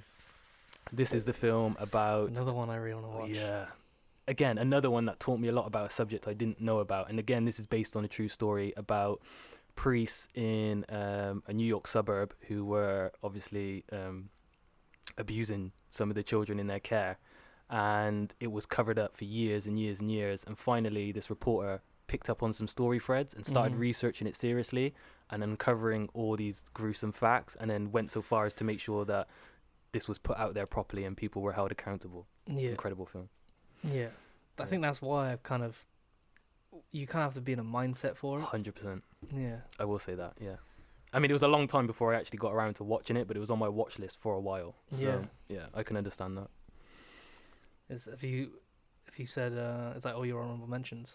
Yeah, Spotlight was my number one. Number one. Okay. Yeah. Yeah. Nice. Yeah, my number one was Sicario. It's kind of like default. It's just the one of the ones that I enjoyed the most and broke apart. Yeah. And again, Denis Villeneuve, like, just can't fault the guy. He's Yeah. so great. 2016. Yes, let's do it. Okay, let me just. Gosh, Denis Villeneuve is Again. just every year. Yeah, man. Yeah, I've got him Yeah. here as well. Arrival. Yeah, same. Yeah. So I got Arrival. Mhm. Denis Villeneuve. We said La La Land. Damien Chazelle.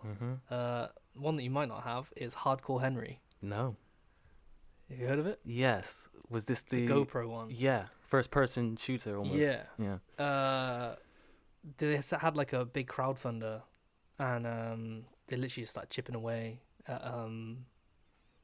just getting this money, building a little. I think they were one of the first ones to design like the head rig and everything, like with the helmet, and they like Yeah. just drilled the GoPro, The GoPro in. into it. And they just got a load of stuntmen and just went ham. Just shot this mad film, just absolutely ridiculous.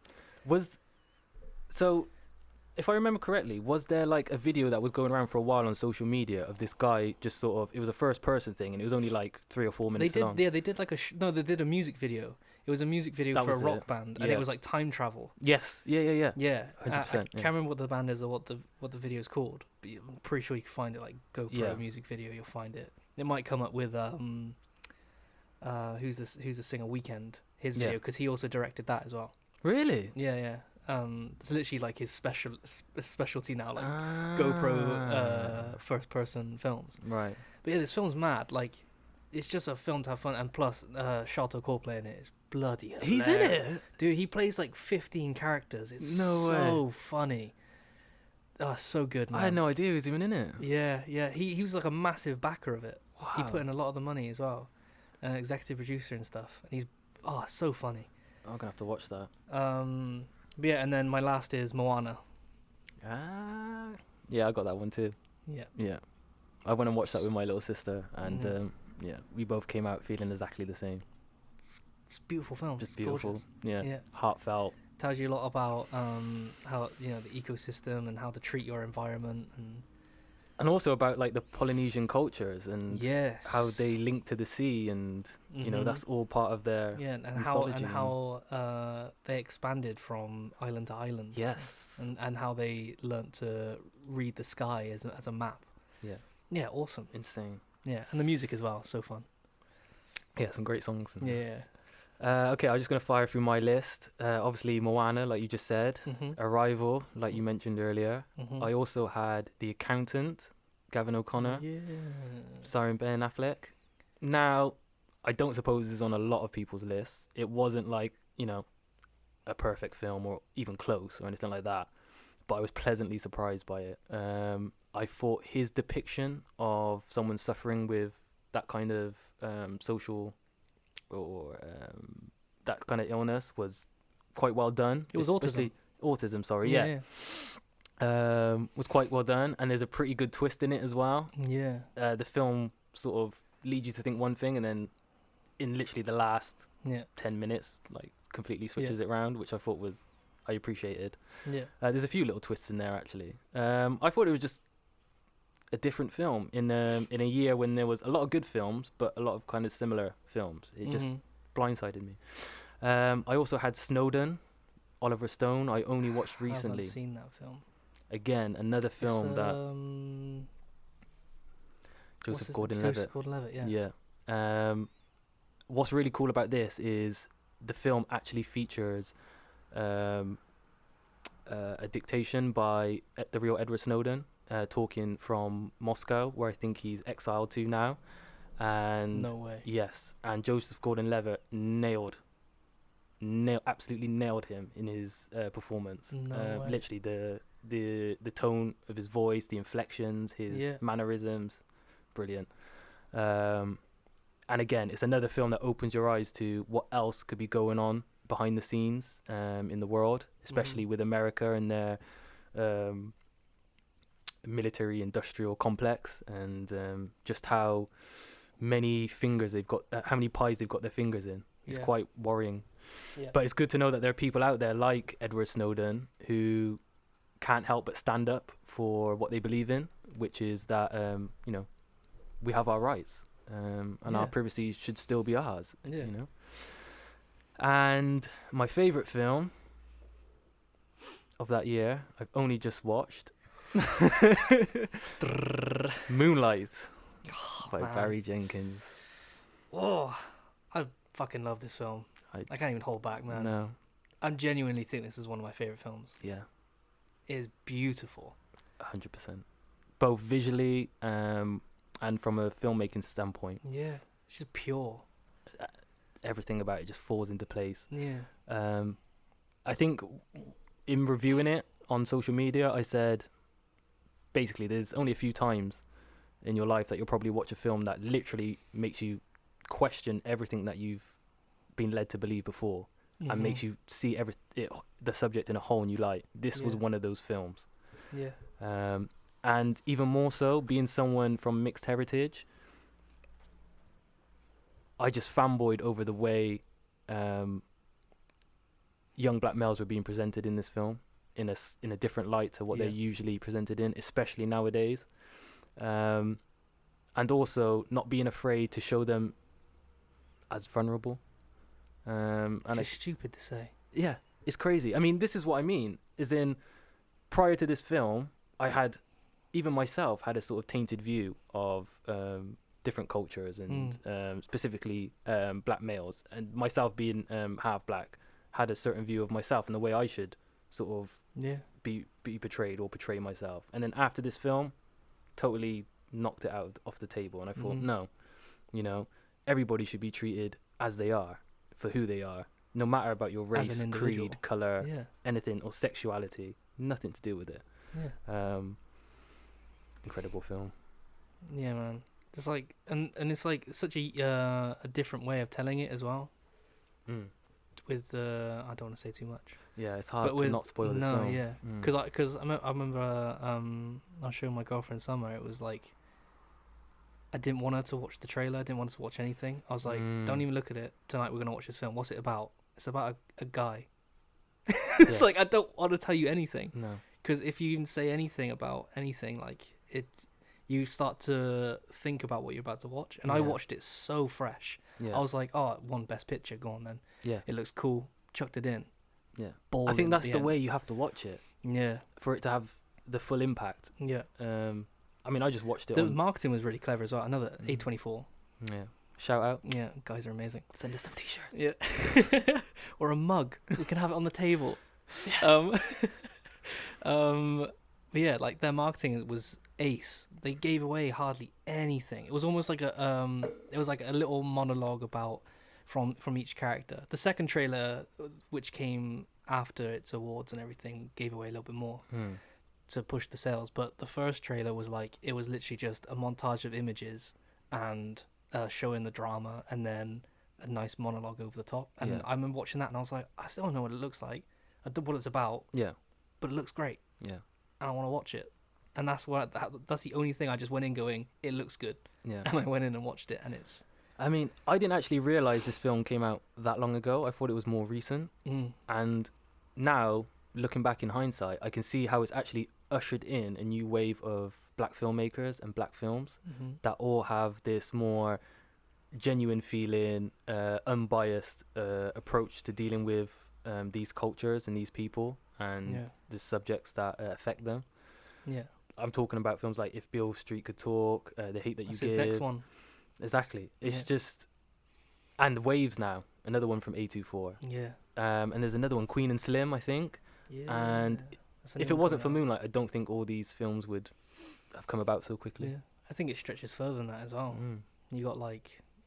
I'm pretty sure these are going to be mentioned later on, but like Get Out and Black Panther. Yeah.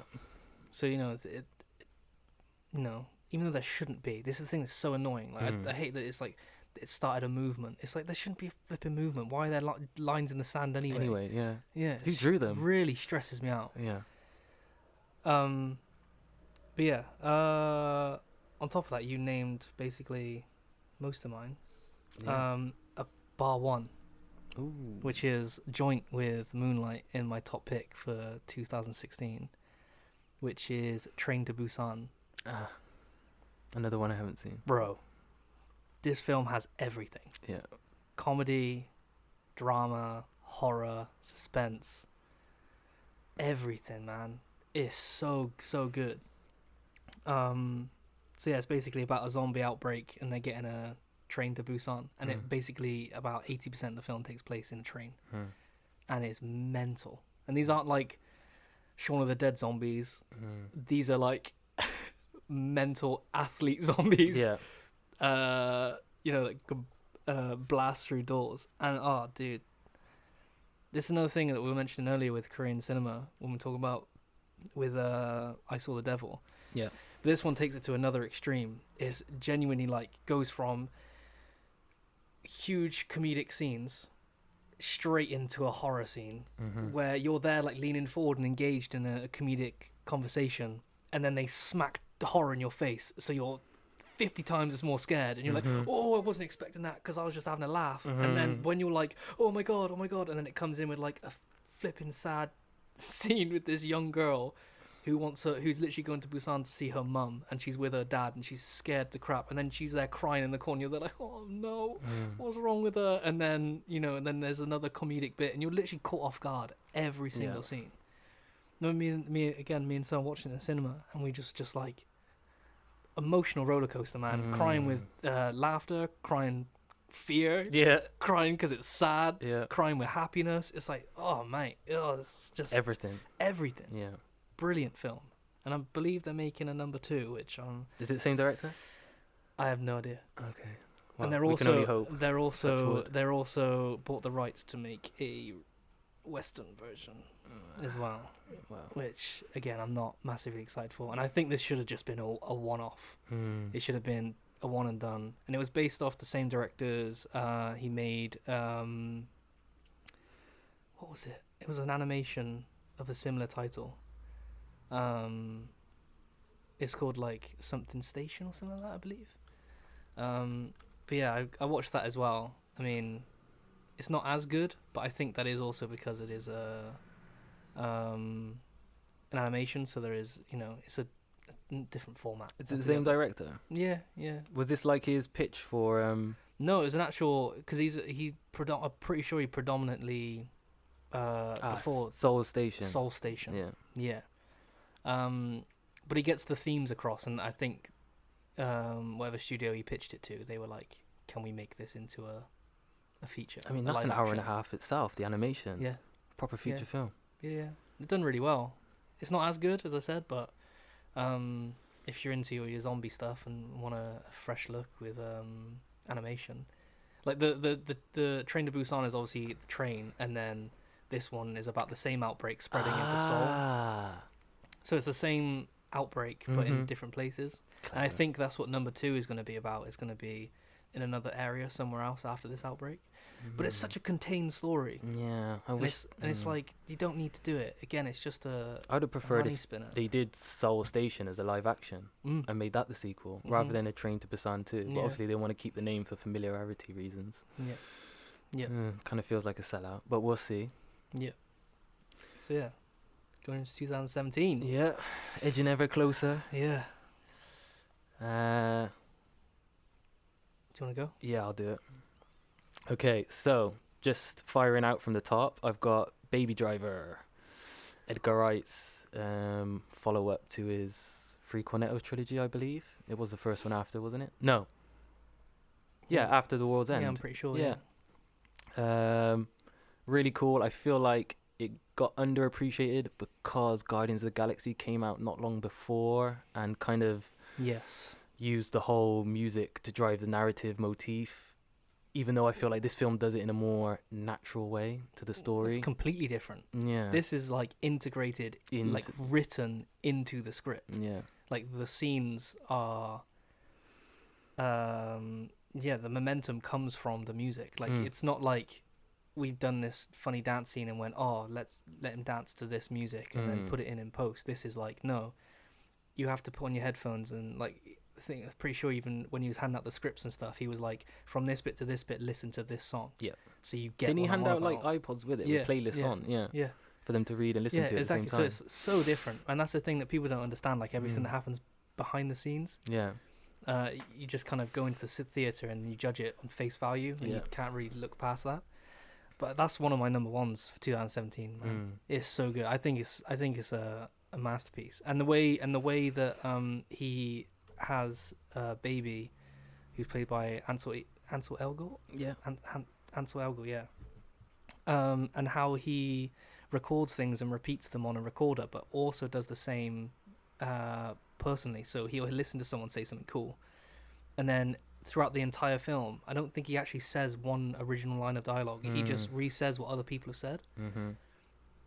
It's amazing, and on first glance, on first watch, you just glance over it. You wouldn't notice it. No, but oh, dude, it's such a really clever film. Yeah. Next, I had Split, which was M. Night Shyamalan's follow-up to Unbreakable, which we didn't know at the time until the end of the film.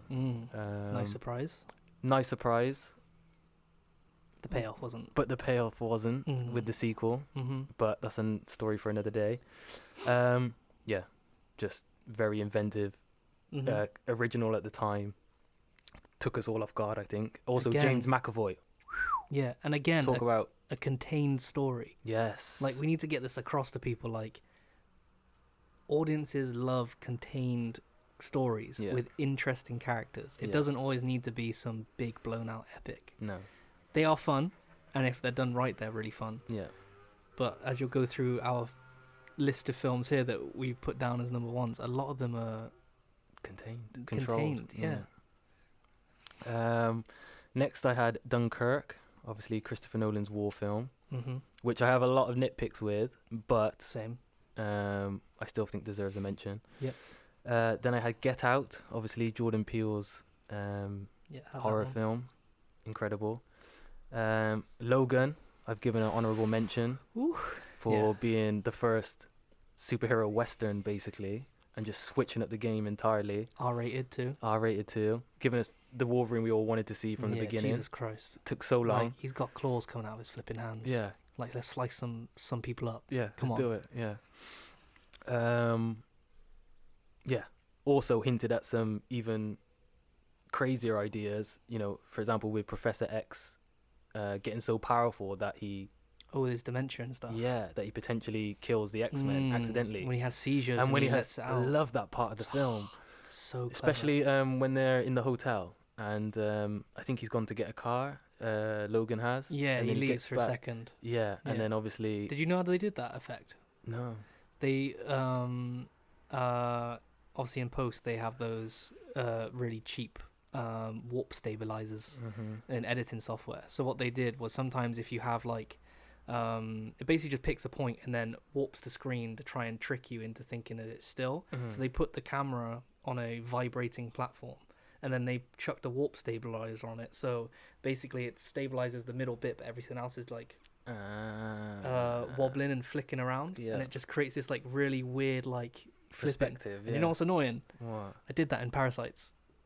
No way. Yeah, in the scene when he's sensing the box in the kitchen, I had the camera and I was shaking it, and I put a warp stabilizer on it in the kitchen, and that was in like 2014. Maybe we should retitle this episode Hollywood Premonitions Part 2. Gosh, wow. Okay, then I had The Big Sick. I haven't seen this. No, I think it might need some explanation actually.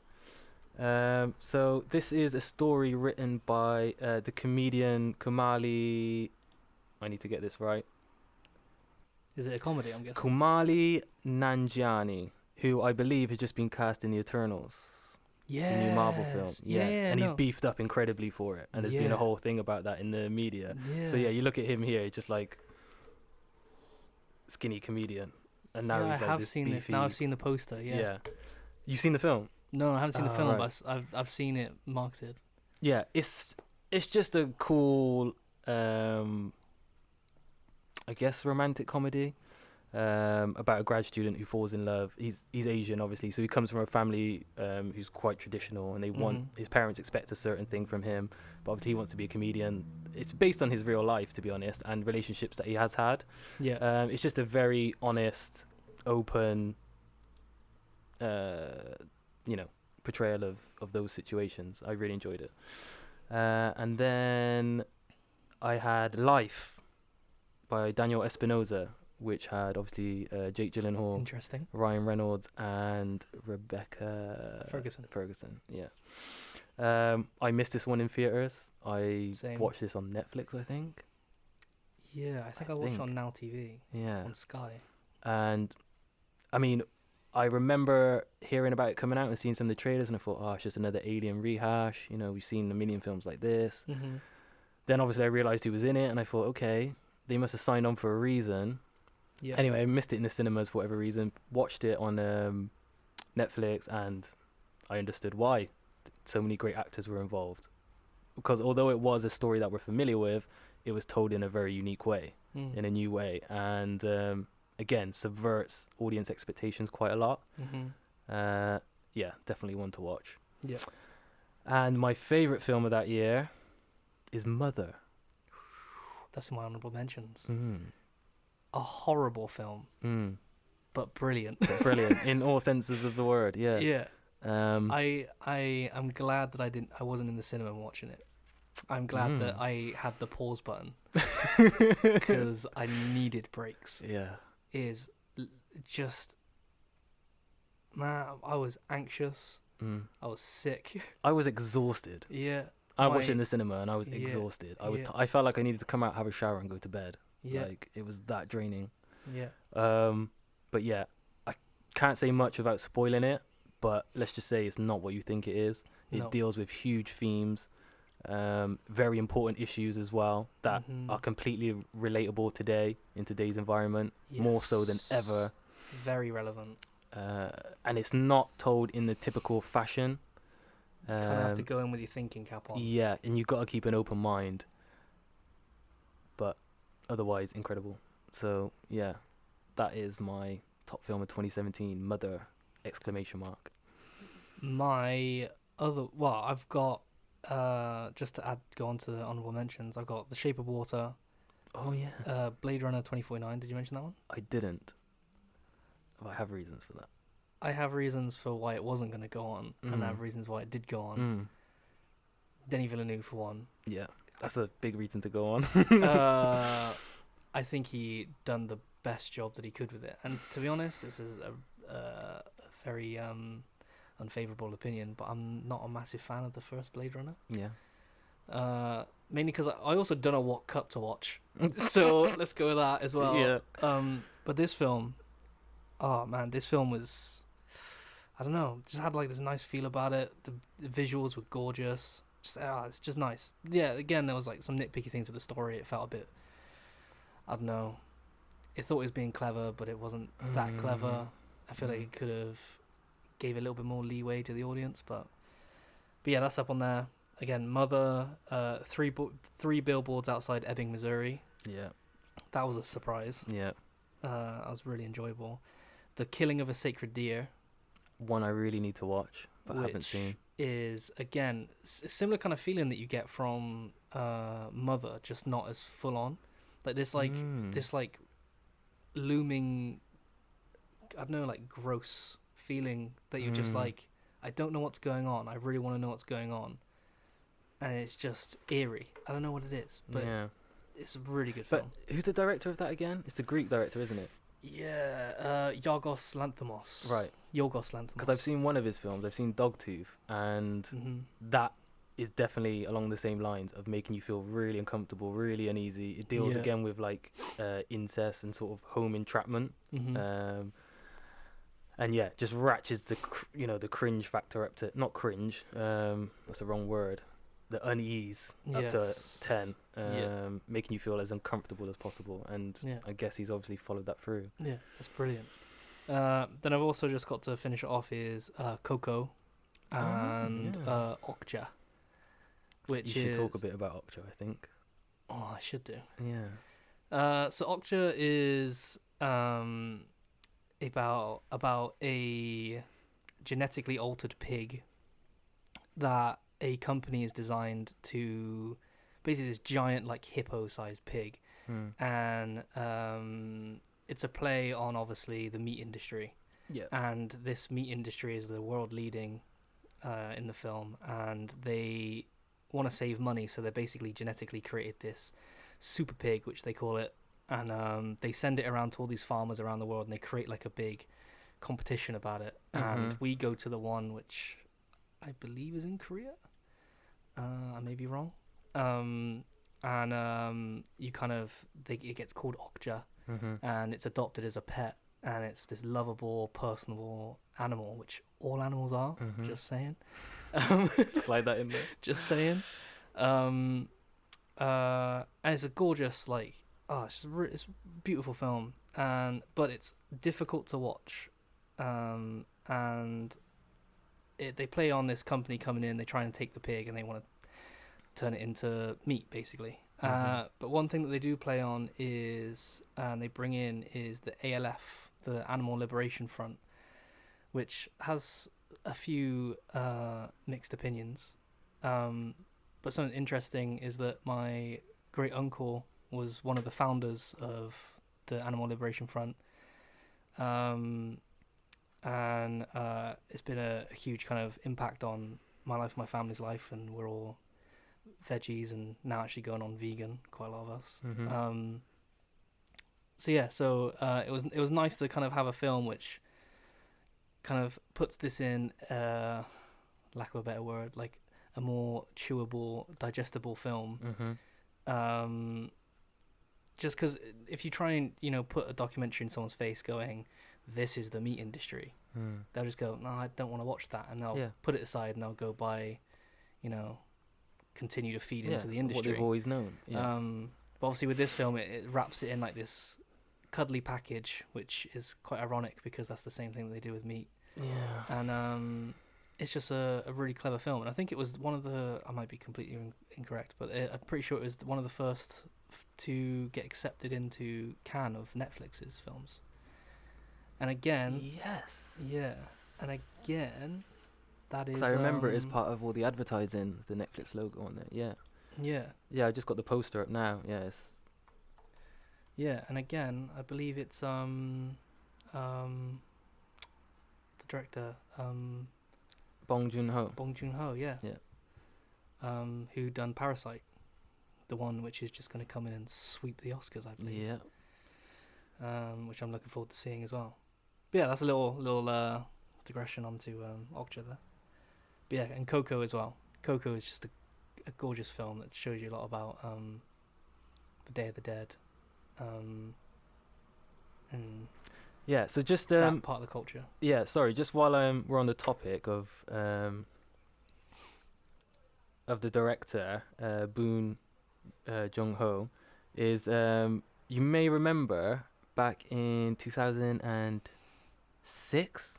It was that long ago. What? The Host. The Host was this sort of film that brought him to everyone's attention. Yes. So he's a guy who's sort of been circling around the bigwigs of Hollywood for a while, and he did make a foray with Snowpiercer, the Chris Evans film, which is based on the graphic novel back in 2013. Another great film. Another brilliant film. And obviously followed that up with Okja and now Parasite.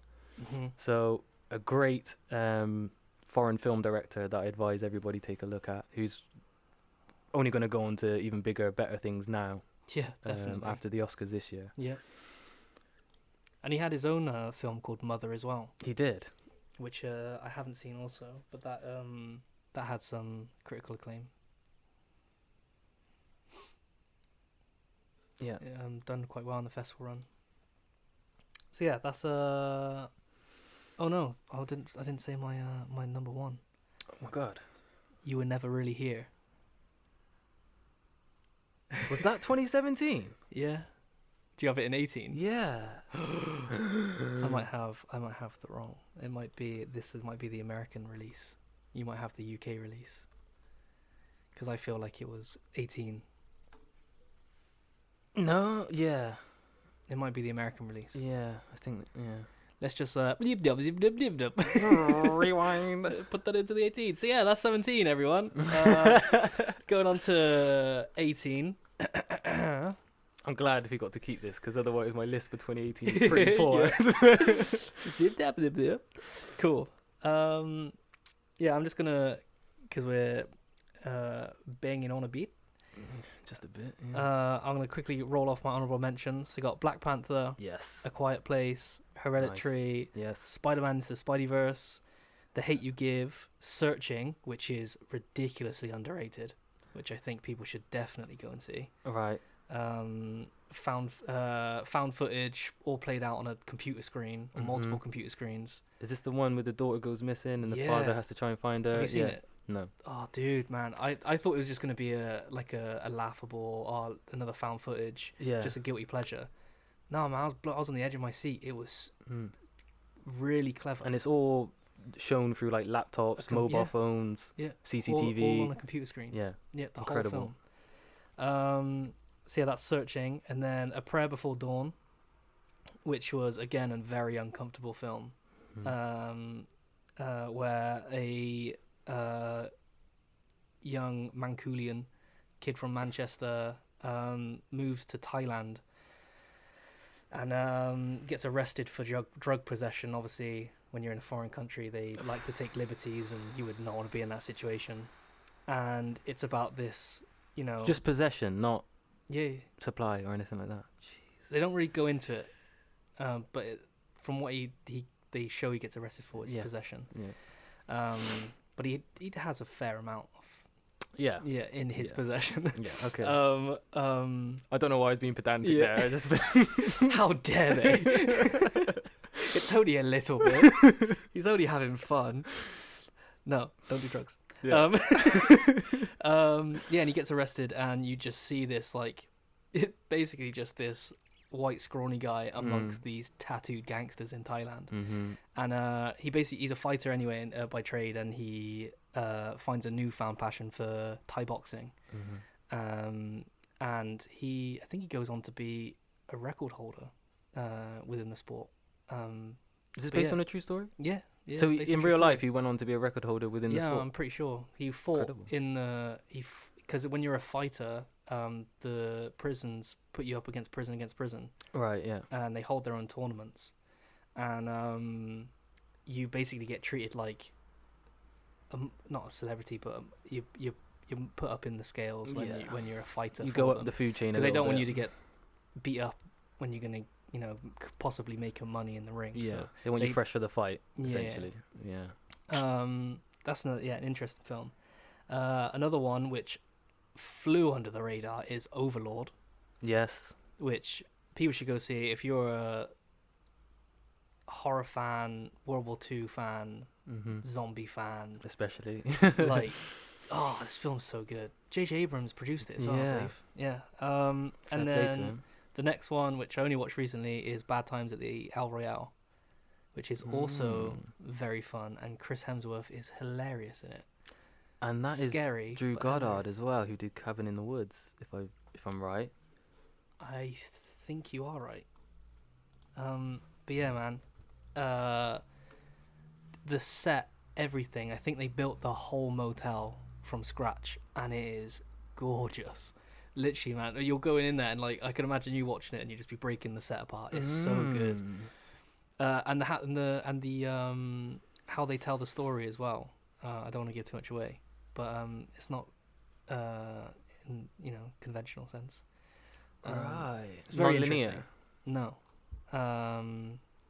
Yeah, it's very interesting. You definitely reckon you check it out. It's a lot of fun. Yeah. So I just want to shout out Drew Goddard here, because although he hasn't directed a lot of things, at least recently, apart from Bad Times at the El Royale, as you mentioned, he has seemed to have a hand in some of some great things over the past decade.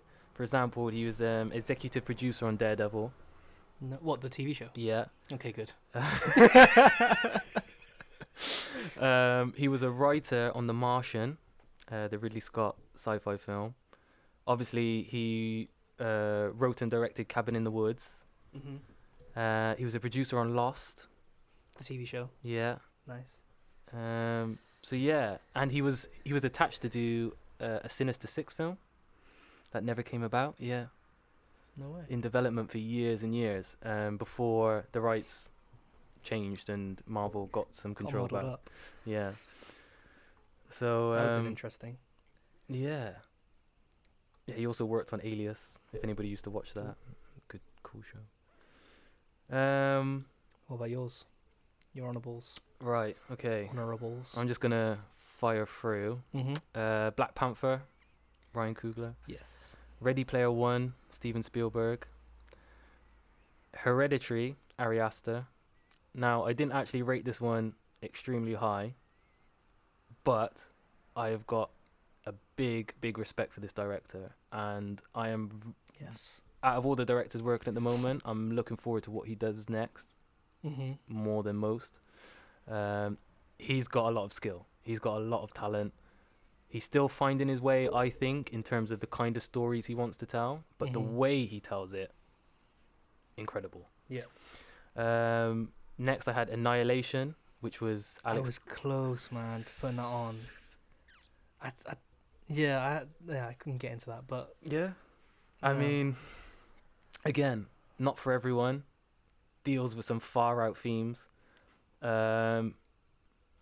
Being the person I am though, I couldn't leave it off the list. It's just so wacky and weird and right up my street. yeah. And there's a really cool end sequence, which I can't spoil. But involves Natalie Portman and some sort of alien doppelganger, and it's just one of the coolest scenes I've seen in It is interesting. cinema for a long time. Yeah.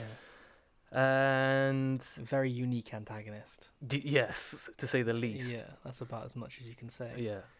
And then You Were Never Really Here, which I'm saying was 2018. 2018 UK release.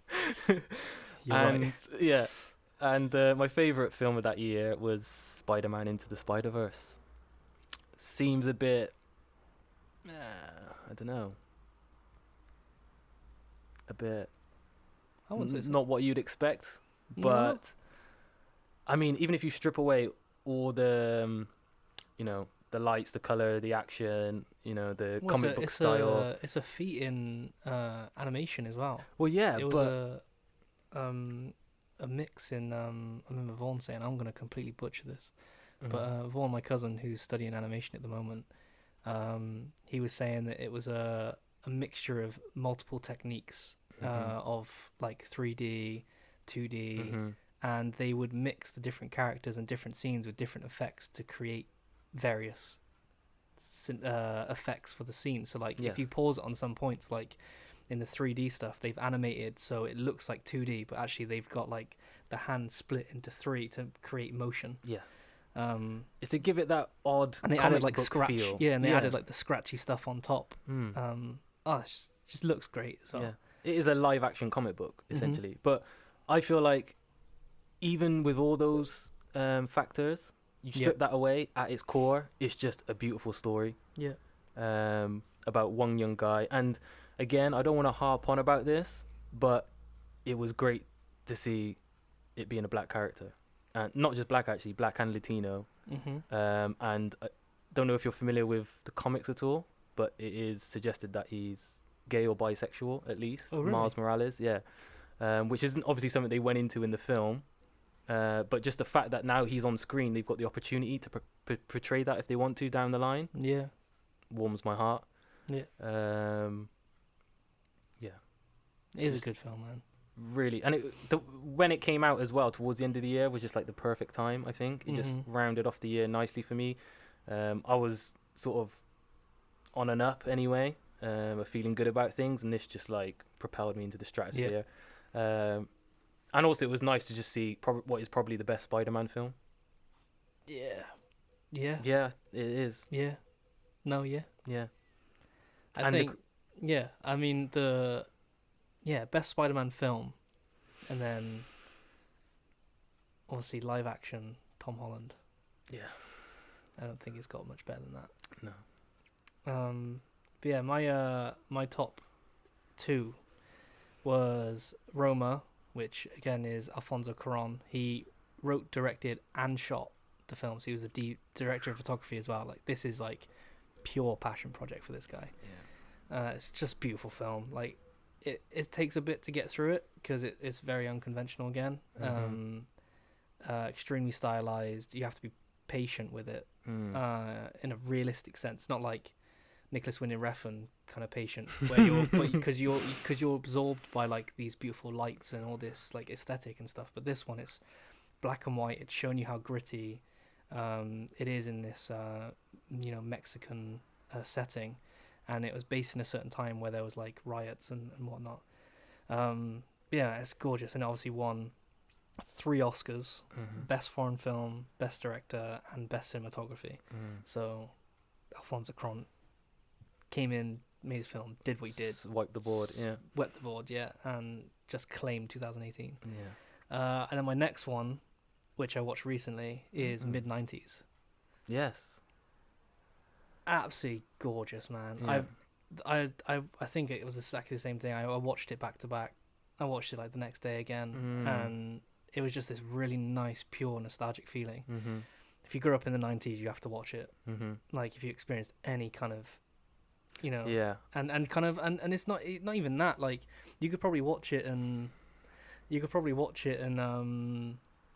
kind of get a sense for what it's trying to do anyway, because it's all about trying to fit into a social structure. Yeah. No matter what time period. No. Yeah. It's all about just trying to fit in, make friends, and how you kind of change yourself to be the person that they think that you think they want you to be, but actually you just have to be yourself. Yeah, the whole time. And that's it.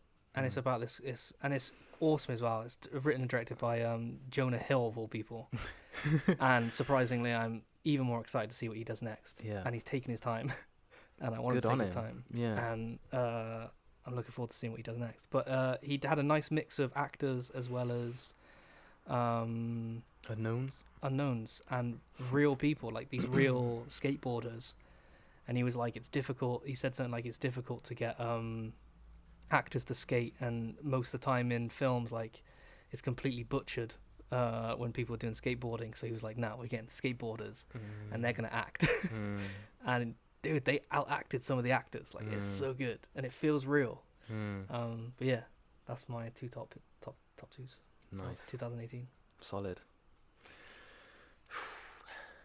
Almost at the peak now. Round it off. Yeah. Get this video done with. Yeah. Get this podcast I really done need with. to go to the toilet, so let's fire it out. So yeah, 2019. My honourable mentions. It's gonna be short because, to be honest, we've been really busy this year.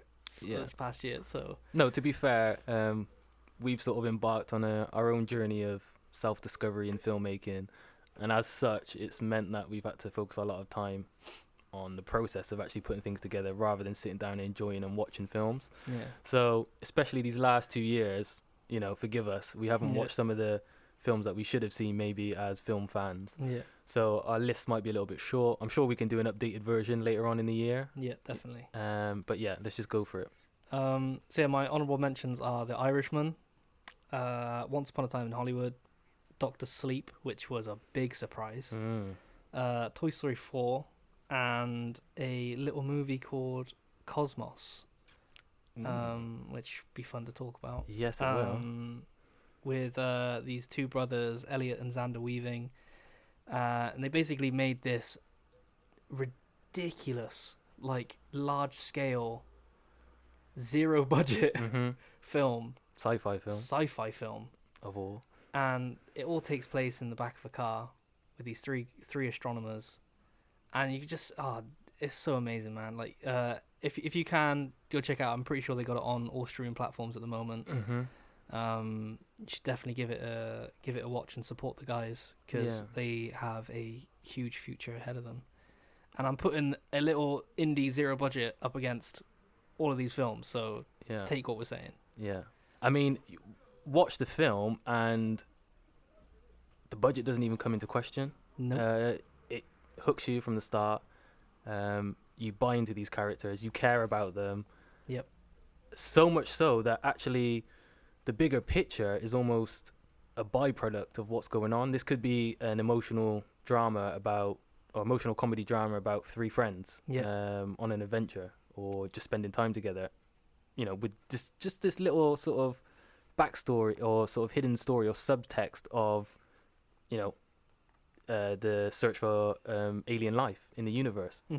which may or may not exist. We don't want to spoil the film. Go and check it out. But for a film that was done on practically no budget, is, you know, over 2 hours long, you got to give credit where credit's due, right? Yes, definitely. So yeah. Yeah. You got to say yours? Yeah. So is that all of your Yeah, short list. honourable mentions? Short Yeah, list. mine's pretty short. I've got The Irishman, Mm-hmm. The King, the Netflix film. Yeah. Oh, I missed that one. Yeah. That was good. I really want to watch it again as well. Yeah. I feel like it would benefit from a second viewing. Yeah, brilliant film. I won't go too much into that. Doctor Sleep, which of course we both watched together and were There's an pleasantly surprised. Yeah, there's an amazing scene in it. Yeah. If you've seen it, you'll know it. Yeah, if you haven't seen it, go watch it. You will Yeah. know it once Yeah. you see it. It's worth the price of the DVD or the cinema Just ticket. that scene. Just for that scene. Yes. Yeah. Yesterday by Danny Boyle, the high concept, low budget film about a guy who wakes up one day and everybody's forgotten about the Beatles. Only he remembers them. And he's a musician, so obviously he pretends that he's written these songs I and heard goes about out this. and gets Yeah. famous from it. Just really fun, feel-good film. Danny Yeah. Boyle is at his best when he's doing this. Uh-huh. I had Cosmos in there as well. And then, shall I hold back on my top one? No, say it. Go for Yeah. it. It's going to be pretty Yes. obvious. It's The Joker. Ta-da! Yeah. I don't know where to start. No brainer. Yeah. This film just was firing on all cylinders, man. It hit everything it aimed to hit and more. Mm-hmm. It brought together multiple generations, Mm-hmm. made everyone see on the same page. Mm-hmm. There were haters and there were lovers. Mm-hmm. It was amazing. It's Yeah. literally what cinema is. Yeah. It's the epitome of cinema. Yeah. Yeah. And I don't know, it just felt really pure. Even when you hear Todd Phillips and Joaquin Phoenix talking about their experience on it, it just felt like they didn't feel like they had a weight on their shoulders. No. They were just making their film. Yeah. And it was like they went in day by day, filming day by day, Mm-hmm. creating their story day by day. Yeah. And that was it. Took And- each day as it came. Yeah. Yeah. And even so, one of the arguably, I would say, one of the best scenes in the film wasn't even scripted. You know, the scene in the bathroom after he commits the first crime. Yeah. And he runs into that public bathroom and locks the door. Mm-hmm.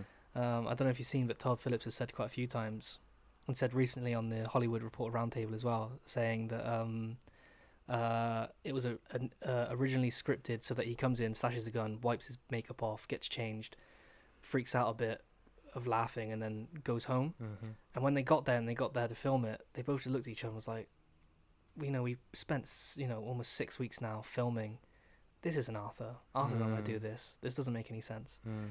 And they basically, really unconventionally, Todd Phillips got the composer Hilda. I'm not even going to try and say her last name because there are letters in there that aren't letters. Yeah. So I'm sorry, you're Hilda. Yeah. She got her to compose from the script, which is normally not done. It's normally you wait for the rushes and then you compose to the shots. Yeah, and they scenes. use like temp scores. Yeah. Yeah. In the meantime. Yeah. But no, he called up Hilda and said, Hilda, I need you to send me some scores. So she sent him through this one piece, which they ended up using in the scene. And Todd was just playing it out, trying to get a feel for what they were going to achieve in this scene. And Joaquin Phoenix just started dancing. Mm. Just that beautiful, fluent dance that he does in that scene.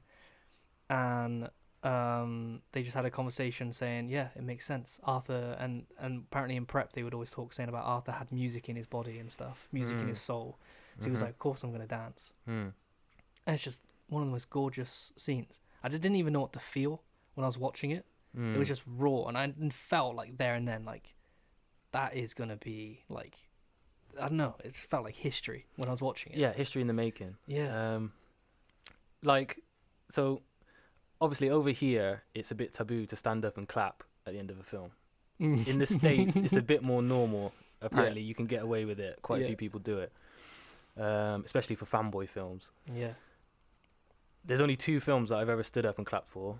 One was Mother, which we mentioned earlier, for an entirely different reason, and then the other one was this Joker, and it was just because I thought it was almost flawless. I mean, it's pretty close. Yeah. Disregard the DC history, disregard the fact that it's based on a comic book. This guy, Arthur Fleck, could be anyone. Yeah. In today's day and age, you know, especially in a metropolis or a big urban city or something like that, who's lost in this noise of just, I mean, there's so many people. It's the ultimate irony, isn't it? You think that you'd never be lonely, but actually, in fact, there's some of the loneliest places. I mean, if you've ever lived in London, you might relate to this. I certainly can. Yeah, definitely. Yeah, and then, so busy, but so empty. Yeah, in a way, and yeah, and then that's just one of the issues it deals with. I mean, it deals with poverty, class, segregation, you know, wealth, hierarchies, the government, policing, everything is just in here, and it's just a bible of the era. I feel like it is like tapping into the zeitgeist at the moment that everybody's feeling. Everybody's like a little bit on edge. It's like whether it's because of climate change or because of who's in power at the moment, who's governing the country, or because of, you know, war possibilities with Trump and his trigger finger.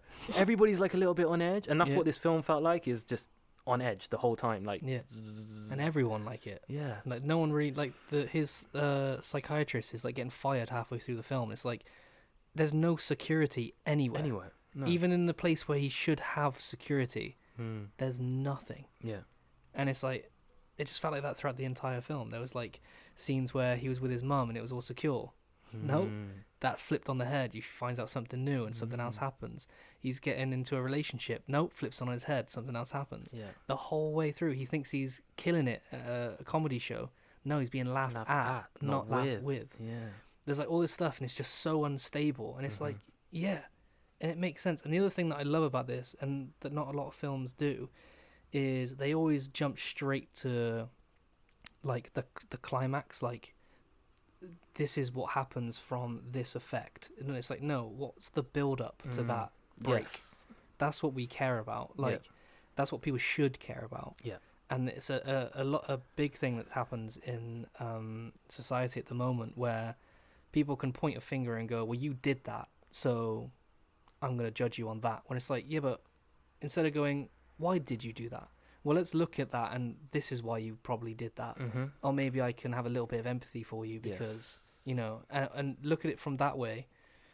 And I think, you know, and it jumps back to social media and all this kind of stuff. It's like, you know, think of it more, question, dig, research. You know, build your own opinion. All sides of the story, not just the one that suits you. And just because you're on one side of the line doesn't mean you have to stay on that side of the line. Doesn't mean you're right either. Doesn't mean you're on the right side. You know, you constantly have to, and the right side changes all the time. So you need to be constantly, you know, aware of what you're doing, what you're thinking, what you're feeling, what you're supporting. And I